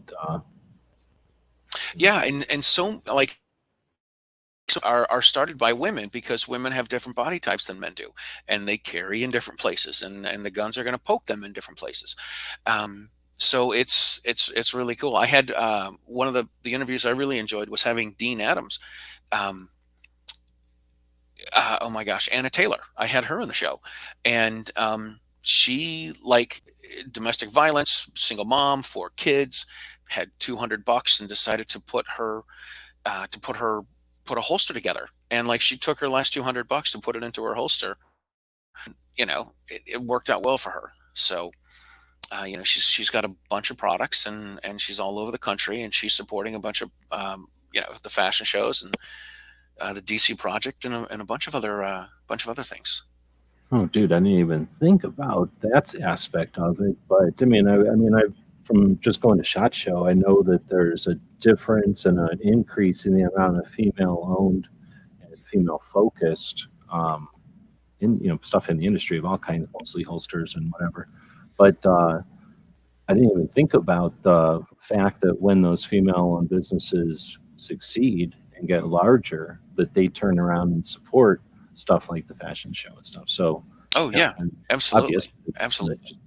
I'm glad you mentioned that. Then the next question, and then is, let's see.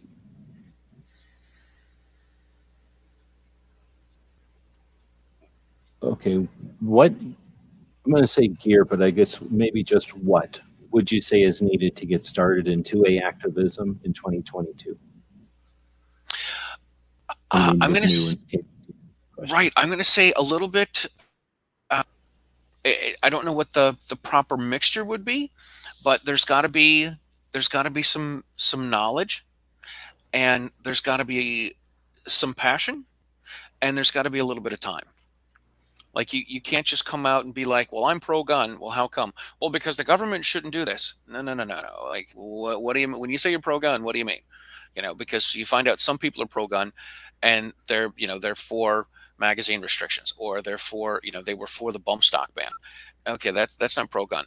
That's you What was the tagging first one again? on the magazine restrictions. Magazine capacity. You said passion and time. Sorry, what was the first one? Oh, so passion. You got to have some knowledge and Knowledge. some passion and some time. So you have to know about what these things are, and you got to know what you're talking about, because when you've been doing this for a long time and you see somebody come out and they use they use the terms that we run from. If they're like, well, you should have a 15 round clip in your gun. Ooh, hold on. It's like, take it easy there. Now let's get the same terminology and make sure we're talking about the same thing here. You've got to have some knowledge. You got to know that we don't call them clips; we call them magazines. We don't call them assault weapons; we call them rifles, or we call them ARs, or a modern sporting rifle. We don't call them assault weapons. They're like you gotta have some information about what it is. You've got to have a passion to do it, because you're um, and a lot of my stuff comes from being in occupied territory. From being in a non-gun state. You got to have passion for it, because people are going to tell you no, and they're going to say, well, you shouldn't have a gun, and you shouldn't do this. And I put something up on Saturday on my town community page that I'm advertising for gun classes in September. And somebody's like, well, should this I'm offended by this. This shouldn't be out there. Why am I seeing this BS? People, why does he have an automatic rifle on this advertisement, and kids are getting shot in schools with these? And I those, but you gotta you gotta have some passion for it, because people are gonna tell you no. They're gonna kick you, and they're gonna say that you shouldn't do this. And so you gotta love what you're doing. And the time one is, you gotta be able to put the time in. It's not like, well, I want to show up and I'm gonna talk to someone for 3 minutes and then I'm done. I put my time in. And no, you got to be there a little bit beforehand. You got to know what you're talking about. You got to speak intelligently about it. And you might have to take a day off of work. You might have to leave work early. Like, you gotta put some time into this as well.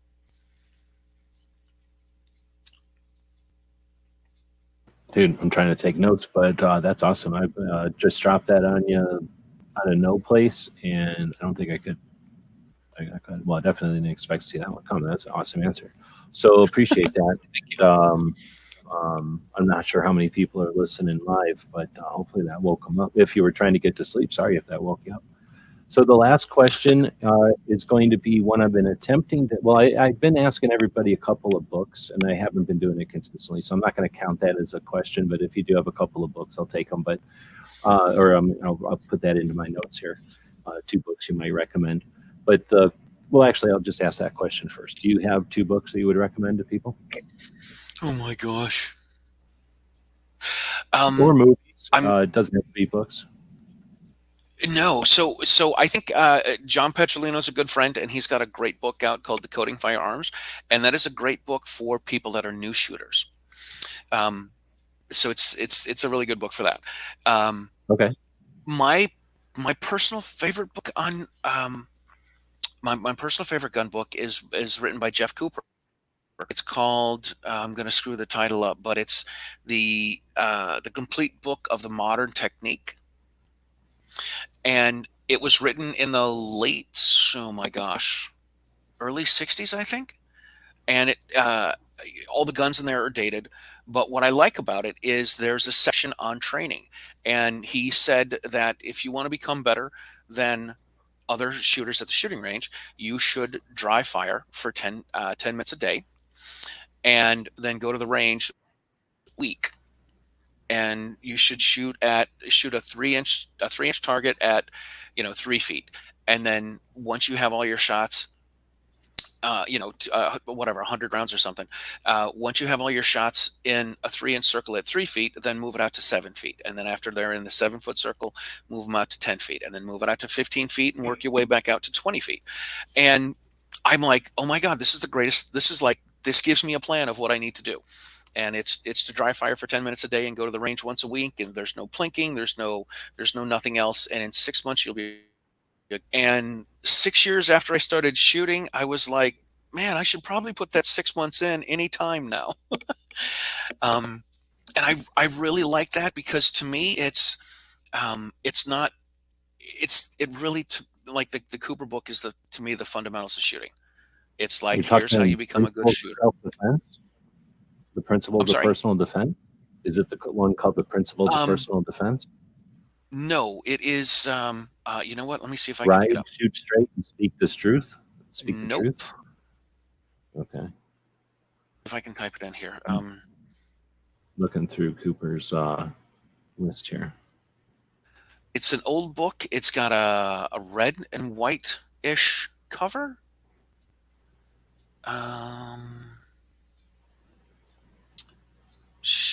There's a, I mean, Jeff Cooper's awesome, you know? Yeah, well, I'll find it.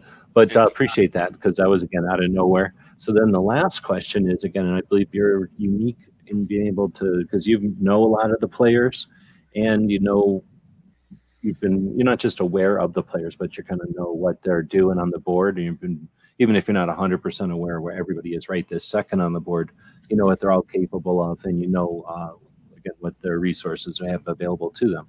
So my question is, you are now the 5-star general at 2A. The Gun Rights Policy Conference is about to happen in the last couple of days of this month and then beginning of October. And they figure out, you know what, Charlie knows pretty much everybody, and what we're going to do is fund him. He's making 5-star general money. Not to worry about money no more. He's got the 2A jet. Glock donates their jets. You got the Glock jet. Go wherever you need to go. I love it. Right. So you've got everybody is like, what's available to us or Mhm. to you, and you know what we're capable of. So everyone's willing to take direction. This is now, what do you do for the next 5 years and 10 years? What do I do? Yeah. You're Oh the my 5-year gosh. 5-star general at 2A. You got everybody out there on the playing field. How would you use 5-star. what you got, and what would your objectives be? I would encourage people to get more people in the fold, and let them go from being anti-gun to a gun agnostic, or from a gun agnostic to pro-gun, like that. Like, the whole 22 is a gateway drug.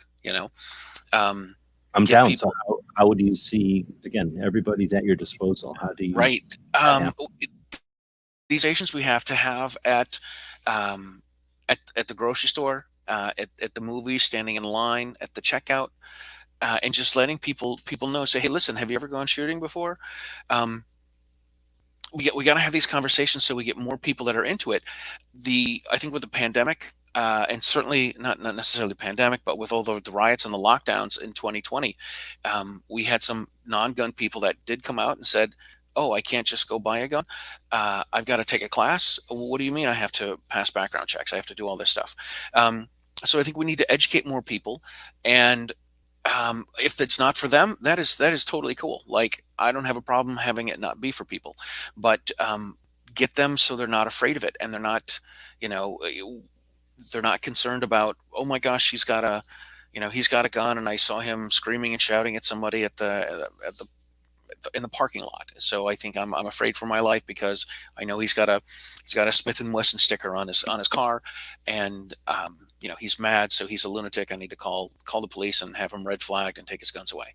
Um, I think we need to get more people into it, and turn people onto it, by sharing stories, by letting them see the content that people are putting out. Um, you know, yeah, by getting people into it, and keeping them informed, or getting them informed, and saying, hey, listen, we don't have assault rifles, we have rifles, and assault's an action. It's not an, oh my god, adjective, or it's an adjective. It's not an action. And how come it's okay for these people to have politicians. How come it's okay for politicians and police officers to be protected with firearms, but not with other people to be protected with firearms? So we need to get more people into it and make it more normal. Make shooting normal again. Make owning a gun not crazy, or make it special. Not make it not special, but not make it taboo, I guess. Make it normal, right? Yeah, absolutely. Normal again, as I think that was Paul saying, or I think that was, well, somebody said that lately. I said make guns normal, and they said make them again. And I'm like, oh yeah, even better. Yeah. Have you met Dr. David Yamane, the Professor Yamane? I have not. Real quick, the book is called, the Jeff Cooper book is The Complete Book of Modern Handgunning. Okay. And the cover has a red banner on the top, and it's got pictures of 3 different guns, a single action, a semi-auto, and a revolver on it. The Complete Book of Modern. Have you been to a gun site before? I have not been to gun site. I know I've got some friends that are going this year. They're going next month, and I was hoping to pull it off, but I was not. So anyway, yeah, I would love to get. And of course, I was like, well, if I'm, back in the spring, I'm like, I don't know how I'm going to do it, but I'm gonna go to gun site with everybody, and then I started carrying my 1911 around and drawing my 1911 out and practicing drawing the gun out and turning the safety off. And I'm like, all right, the safety is baloney, man. Like, I'm gonna go back to using a Glock. But David Yamane, he's in one of the Carolinas, I believe, right? I think so. He's on the East Coast, but I don't know exactly. He's at a school out there. Yeah, I think he's in one of the Carolinas. I'd love to have him on the show. I'd love to have everybody on the show. Like, I want to increase my circle of friends. I tell folks that I want to get to the point where I'm known as Charlie. Like, that's it. Like, one name. Like Bono, like Elvis, like Kramer. Like, I want people to be like, oh, have you talked to Charlie? Do you know Charlie? Have you been on Charlie's show? And that would be the coolest thing, Yeah, definitely. But yeah, I want to have. I want to. What's that? You're getting there. Yeah, absolutely. I'm getting there. It's a lot of work, and it's cool. Well, the reason I guess I was asking about the professors, because his campaign, I guess, his guns are normal. And yeah, absolutely. You're kind of getting there, I think. All right. Well, again, thanks for coming on. There are a couple of questions that came up. Do you still have a? Yeah, sure. Sure. I know someone someone asked a while ago. I mean, I saw some of the questions. A lot of great stuff in here. Somebody asked. Start here. Go ahead. Somebody asked if I ever freaked out or was starstruck.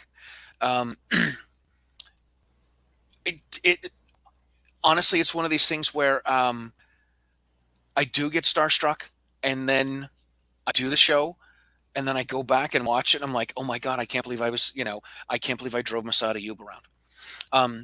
And I interviewed Mass in Florida in February of 2019.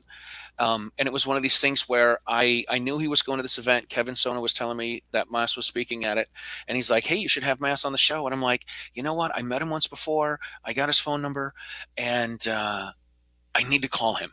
And it was one of these things where I told myself, Friday by 1 o'clock, I'm calling Masada Yub. And Friday at 1:05, I get a phone call from Kevin. And I'm like, oh my God, how did he know? Like, how did he know that I was going to call Mass? And so I told him the whole thing. I said, by 1 o'clock, I was going to call Mass, and it's 5 after when I said I was going to call him. And he's like, dude, call me in 10 minutes. Let me know how it goes. And I called him. I'm like, hi, Mass. My name's Charlie Cook. I know you don't remember me, but we met Gun Rights Policy Conference 2016. I'm going to this event in Florida. You're going to this event in Florida. I interview people in the car. Would you be interested in getting in the car and riding around with me? And he's like, sure, sounds good. I'm like, okay, great, thanks. Click. Like, like, I didn't get enough details.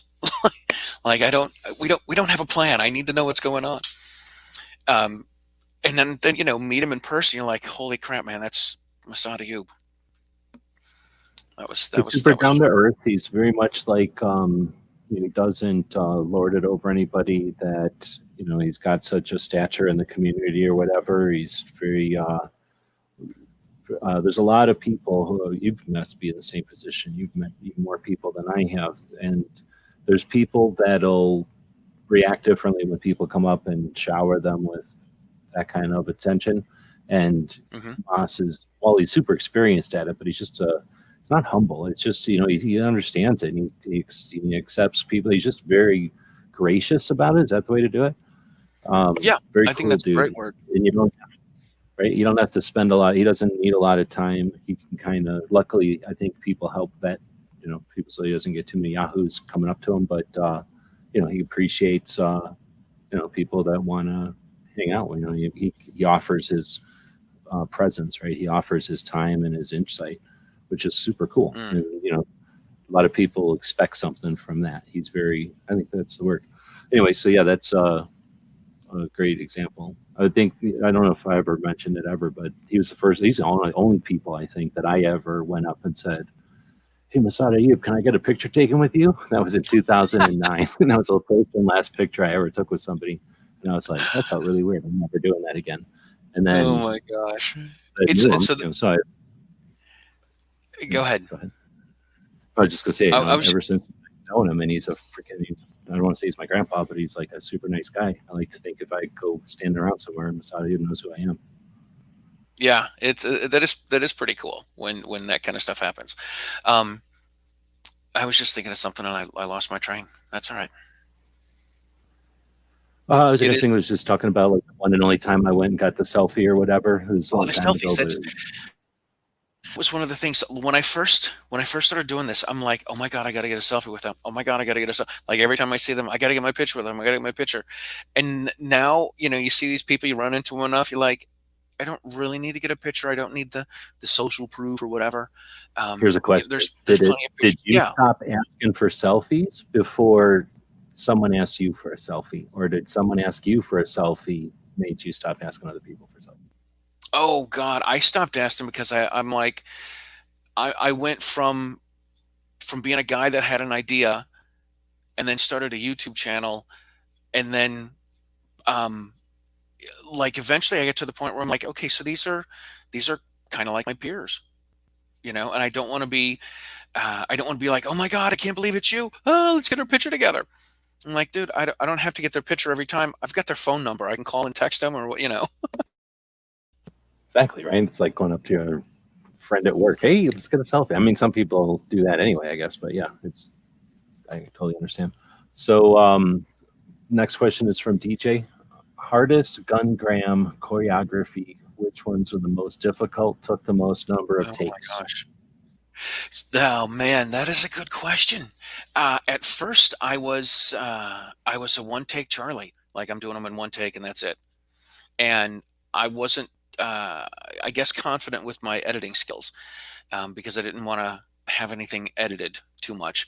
Then I got to the In point other where I'm words, like, you weren't just like RoboCop or Terminator where you could just knock it out in one take. You're just saying you would do it over and over until you didn't have to edit it, and it would be one shot. Yeah, right. And Okay. I'm like, I would, maybe say if, depending on how much ammunition I'm using and how much reloading and all that kind of stuff, I wanted to do it and have one take, and that was it. And then I got to the point where I could be a little more artsy with things and do the oh my god, what did you call them? The J clips, the J hooks.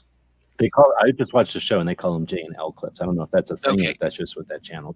But yeah. Yeah, no, they are a thing, and I can't remember what they are exactly. But then I started to use the Adobe for the gun grams. I use my phone, and Adobe has a free, I think it's a free, video editing software. I used to use iMovie, but Adobe has one, and that you can put very much like using Adobe Premiere on my computer. So I would plan things like I would go through a shot list and say, okay, well, I'm going to play the song, and then I need to get video of me, spinning my trumpet, or a video of my feet, or I'm going to put some slow motion in here of me racking the slide and having the cartridges come out, and then I'd kind of come up with a shot list like that, and then I'd say, okay, I got all this video, I'm gonna put them all together and edit it so it's whatever, a minute, 15 seconds or something, minute and a half, and try to figure that out. And there's certainly plenty of times when I'm like, I make a shot list of things I want to, get video of, and then I forget it and don't get crap. Now I find a way to work around it or do something else. I think one that was really fun was Dr. Worm by They Might Be Giants. And on, I'm really a trombone player, but I do play the trumpet on the gungrams. And I have a Walther P22, and the old jazz guys used to rest the bell of their trombone on their wrist, and they'd use the plunger mute, and the right hand's on the slide. So I would, for that particular video, I rested the bell of the trombone on my left wrist. I shot left-handed and used my slide, and that was a little tricky. I'm like, oh my god, what if I shoot my slide? That's going to be a very big problem.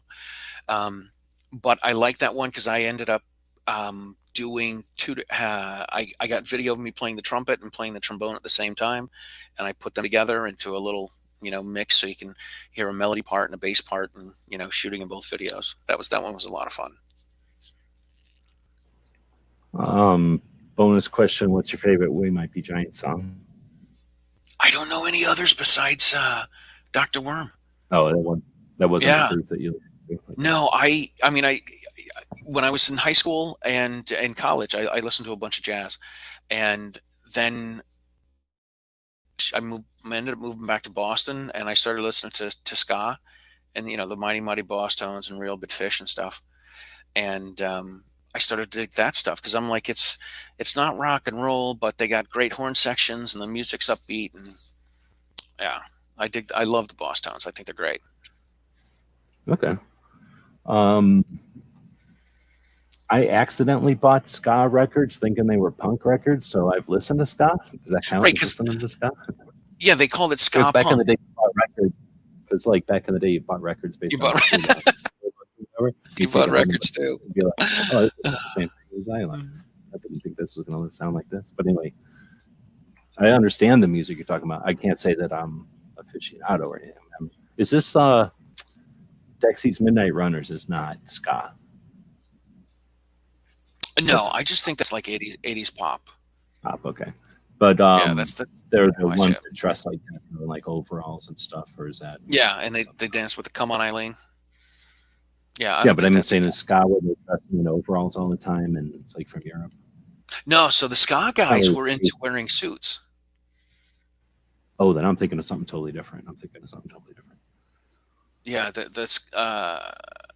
I mean, the Mighty Mighty Boss Tones wore suits all the time. Oh, I okay. did. I gotcha. Is it like 50 suits? No, they didn't have thin ties, but they'd it's suit pants and a jacket and a nice shirt and a tie. They didn't have like the thin ties like the beatniks. But there was, like, I guess there was a ska era in the 70s where they did have that with oh my gosh, what were they? I can't remember the Specials. The Specials were into like 1950s, wear a pork pie hat and wafer sunglasses and a thin tie. But they were, man, the Specials I think were the late 70s, early 80s. Well, all right. I was gonna save this one until we got to ask the questions, but I'm looking in Barbecue's question. You kind of already answered about the Rod of Iron Festival. You said you'd like to go next year. Should we take a second and talk about what that even is, the Rod of Iron Festival in Pennsylvania? So the Rod of Iron Festival is at the Tommy Gun Warehouse. It's put on by Car Arms, and they have two brothers. One of them got into firearms, the other one got into religion, and they have their own little religion. They are the Moonies. I don't want to. Their father was the Reverend who escaped Korea thanks to the American military. So they realized that firearms are very important because they were, their father got out of Korea, but I think during in the Korea War, but before there was North and South, maybe before there was North and South Korea, I'm not 100% sure, but it's this big event that they do, and they have they've had Stephen Williford speak at this. Mark Walters has been there. Man, they do a fashion show. They have machine guns you can go shoot. Obviously, there's vendors for food and T-shirts and all sorts of stuff, and it's just kind of a cool little thing that they throw. And it's a 2-day long weekend. It's a Saturday and Sunday, and Amanda Suffolk asked if I wanted to go to this a couple years ago, so I'm like, yeah, sure. And the next year she's like, hey, we're doing a fashion show. Do you want to MC it? Yeah, sure. And the next year she's like, hey, they're doing a fashion show and they're gonna put us up this time. I'm like, oh, that's even better. Now we got a hotel to stay at. Oh, that's And even it's that's it's cool. it's it's Why not? yeah, it's a really cool. It's kind of a cool thing, and it's fun to go to. And there's since there are Korean, there's a lot of Korean folks that go to this, but there's a lot of white Americans, or like sometimes we call it cheese. There's a lot of whatever white folks. There's a lot of people. I'm not saying it's just for Koreans, but I think over the last couple of years, there's been less Koreans and more Americans. I know that's the bad way to say it and make it sound horrible and whatever, but No, I had no yeah, idea. I thought it was more of just an open thing. So it sounds like it's the evolution of something from the church that's getting larger, as opposed to it's something that was like created as an industry event out of nowhere. Because it's happening. It's been I, going on for a while. I I think it's a little of both. Like there's some people that are like you can't they don't sell guns, but there are some people that are gun vendors, and they'll sell some products and they have a bunch of speakers for 2 days. They have a band, a couple bands that play, and they have some education classes that are going on as well. Kelly Pigeon's taught a couple classes about carrying for women and different ways that they can carry. Well, it makes Uh, more sense too that it's coming from the church side. So I think of it. I've been a big fan. We call this the daily gun show because I've been a big fan of gun shows my whole life. I've been going to gun shows forever. I've traveled a lot, so I've gone to gun shows in different parts of the country and different times of my life. So throughout the spans of decades, I've been going to gun shows. I really appreciate them. So I named the show the Daily Gun Show, so that we can kind of play on. Well, I call my tour the gun show loophole tour to play off the loophole thing, and then to keep the gun show thing going. Do the daily gun show here. So then, as I've experienced that one from afar, because I haven't been able to get over there, it's too far from Tucson to get to that one. But I've been watching the things like, I don't know if you've been paid attention to the ones on this side of the country are the Red October happens pretty soon here in Vegas. And then there's one called Kalash Bash, Texas that happens in Texas. And these oh, are, cool. I have. they're, if they're not on your radar, I mean, they're just kind of unique, but it's similar to Rod of Iron in that I call them like a hybrid. You've been to Media Day at the range now, which is basically going to a shooting range and having vendors and manufacturers and different people show up, have an opportunity to pull triggers, get a feel for the firearm, and hear from the manufacturers directly about what's so good about it and that kind of thing. And then it's an opportunity for media to take video and to see, get actual feedback from people who are experiencing it, right? So it's not just like, it's a really cool thing. And then you've been to Media Day. So Media Day is invite only. You have to be pressed to get there, or a manufacturer's kind of a lot of hurdles to get to it. Happens for one day, literally. It's in Vegas, which is nice, but it'd be nicer if it was all over the place. And that's what this seems to be, like a version of that mixed with a gun show, mixed with an event, just like not quite a rally, a little bit bigger, more elaborate than that. Like say it's a couple of days, but they've got like music that shows up and people come just to be like at the concert part of it. So it's kind of like a state fair, except Second Amendment focused, not just gun focused, but then definitely gun themed, right? And Yeah. I just think that's cool because gun shows are dying. Gun shows kind of took a lot of hits and a lot of abuse and not a lot of appreciation. So the gun show promoters are out there doing what they can, which is, all they can do. But these type of things, like you're talking about the Rod of Iron, I'm talking about with the AK ones, and there's some other things, when they closed it now, I guess, but what was the big machine gun shoot in Tennessee? Knob Creek. Knob Creek, thank you. Yeah. When Knob Creek was going, it had a big gun show too. So it was essentially the same kind of an evolution of a get together that, because a rally is great, but a rally is because we're getting abused, right? We're getting attacked and we need to get together to resist. So there's a reason for that. And we kind of have a reason to be there. But these are just kind of being able to kick back and enjoy it and learn and in this case, get some education and stuff. So anyway, I just thought it was cool to take a second to chat about it. And I'm glad that you're able to participate in it. And the fact that it's it's large enough that it's able to help you get there Hmm. I'm super encouraged that one, it's getting bigger. If you said, well, they said we can come if we pay our own, like this kind of thing, that'd be a different indication. So that's cool. Yeah, I think the first year uh, they put us up in like a dorm style. Like we stayed at some. It seemed like a dormitory. Like they had a big area for cafeteria, and they had these little teeny tiny rooms with a couple small Like beds a camp or and maybe something a for the church. dresser. Yeah, yeah, something like that. And then the next year, Amanda's like, "All right, there's we got a hotel." I'm like, "Oh, that's cool." Certainly makes it Right on. easier. Well, I mean, yeah, it's neat to have adventures and stuff, but it's also nice to be comfortable when you're trying to get a job done or whatever.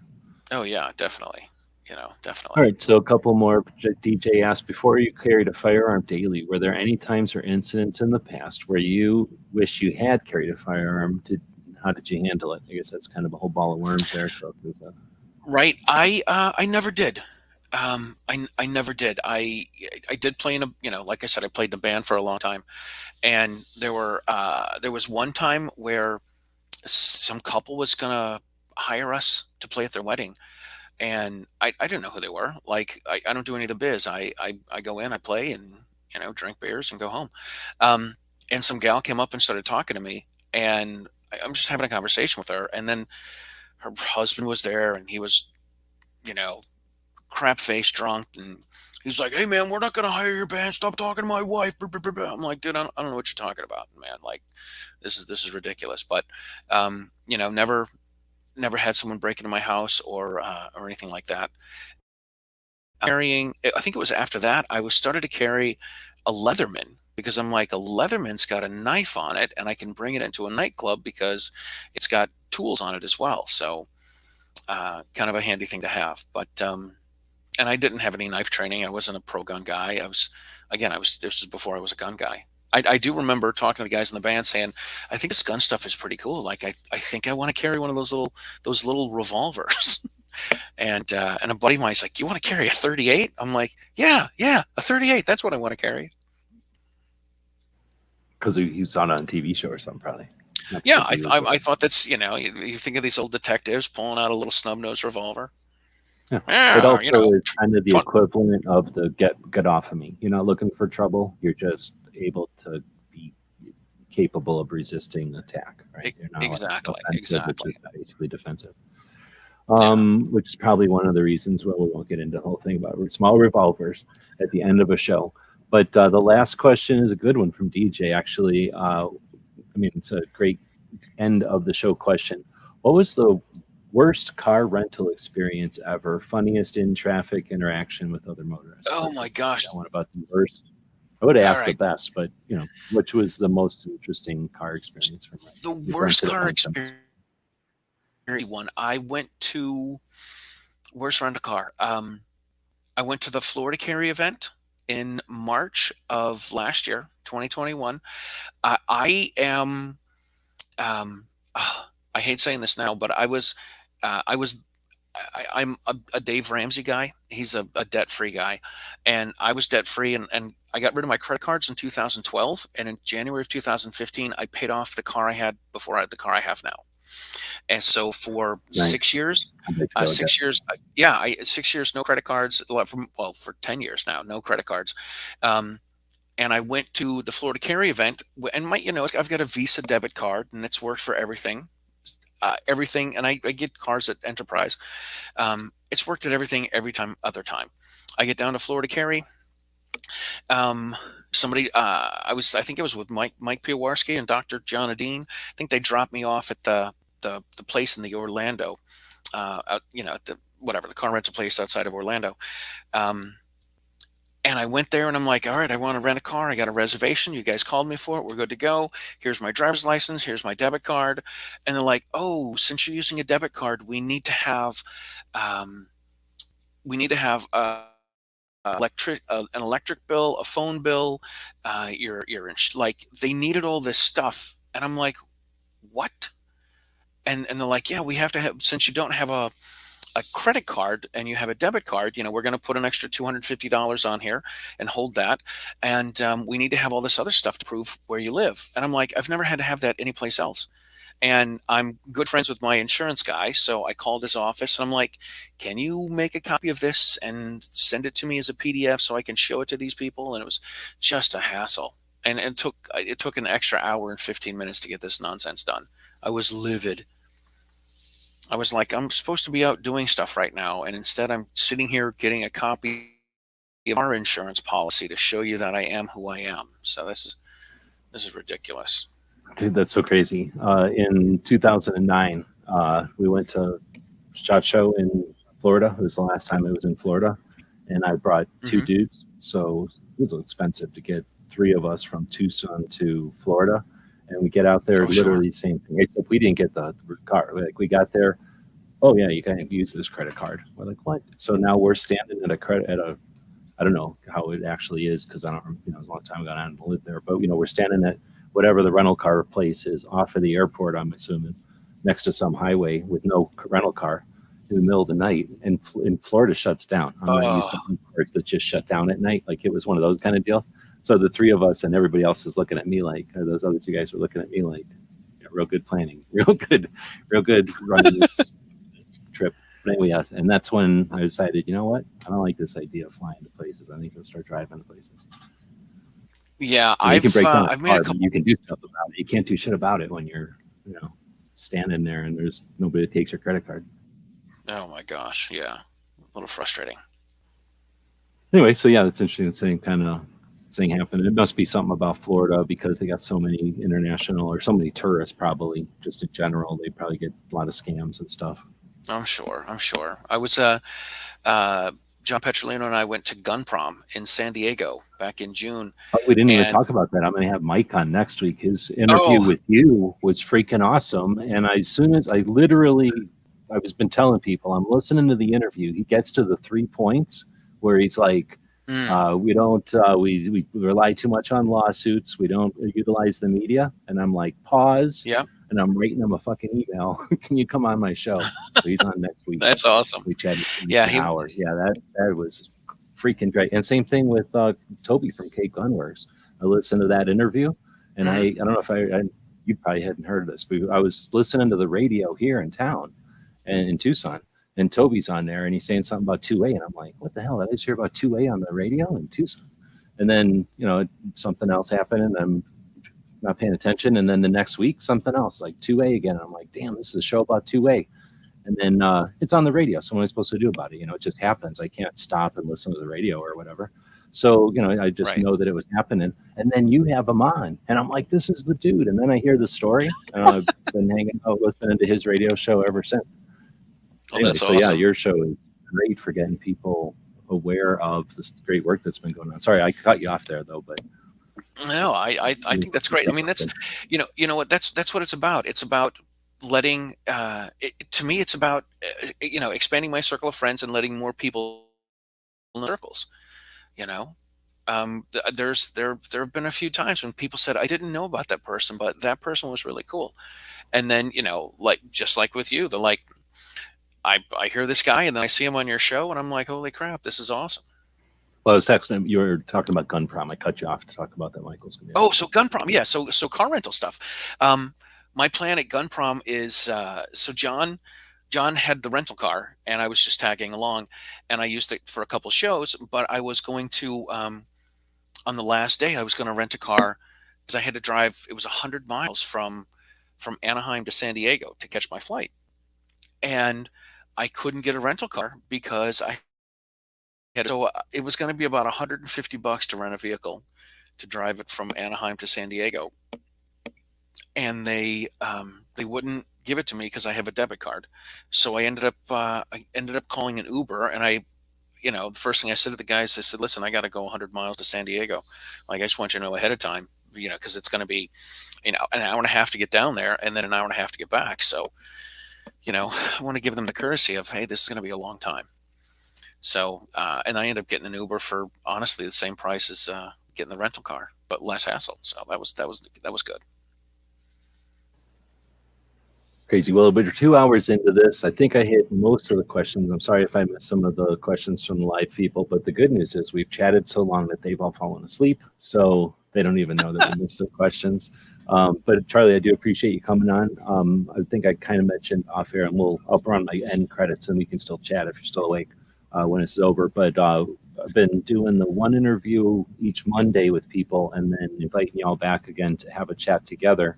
So if you're available and awake later on in the month, I'll invite you back, and I'll keep inviting you on the last Monday of each month if you ever are awake and want to chat with other activists and just shoot the shit. It's no agendas, just talking about whatever's up, or whatever. Usually when you bring two people together, there's a bunch of stuff that they didn't know they had in common. It's just fun for everybody to kind of let that happen. Yeah, So that's cool. so again, thanks for joining us. And if they're on the way out here, I'll let you have the end of the show. If there's anything you want to plug, if you've got anything coming up, yeah.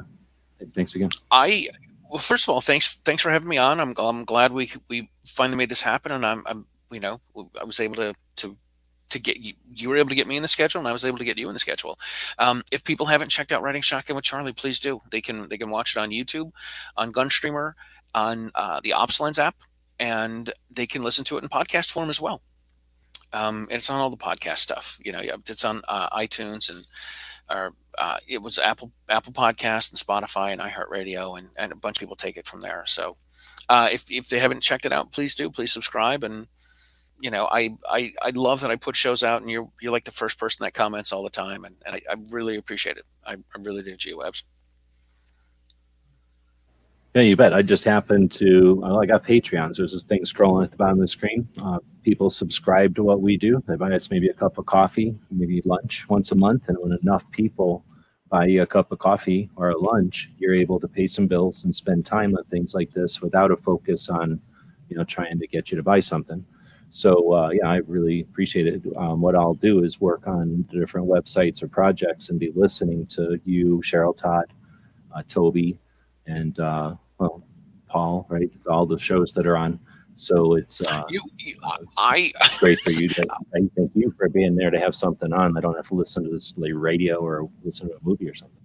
I am baffled by how much content you take in, because I don't think there's one show that I've listened to or watched where you haven't commented on. I'm like, I don't know how he does it. I don't watch anything that deals with the conversation again. Like if somebody's paying attention to the news of the day, I'm usually not watching it. Some of my friends that insist on watching news of the day, I've been friends with for a decade or more, I guess now. I'll hang out with them. That's usually where I get my news of the day. Right. But yeah, most of the time, I'm only focused on probably the same stuff you're focused on, because you're either researching somebody to chat with or just paying attention to what's happening. It's good. Right. All good stuff, man. All right. Well, I'll chat with you a bit here in off air, but yeah, I think actually one of the reasons I have people on is so we can chat off air, because I got a couple ideas. I won't keep you on too late here, but I'm just throw my end thing up here. Say thanks again to those. You have a Patreon, don't you? I do not. Okay. We'll be talking off air about that. But yes. Thanks to the people that subscribe to what we're doing, and you can grab stuff over at the merch section or the store section of ridingshotgunwithcharlie.com. Right? That's I'm guessing that's the most immediate way for somebody to. That's the easiest. Support your way. Well, Charlie, that's it. All right, I'm going to stick around. I'm going to throw this on, and then we'll chat for a second here. Tonight's episode, The Endangered Species. Thank you for supporting our projects. If you'd like to buy us a cup of coffee, check out our Patreon channel. The guys and gals at gunwebsites.com encourage you to take a CCW class every year, practice at least once a month, and carry every day. Thank you for watching gunwebsites.com. Do do do do do do do do.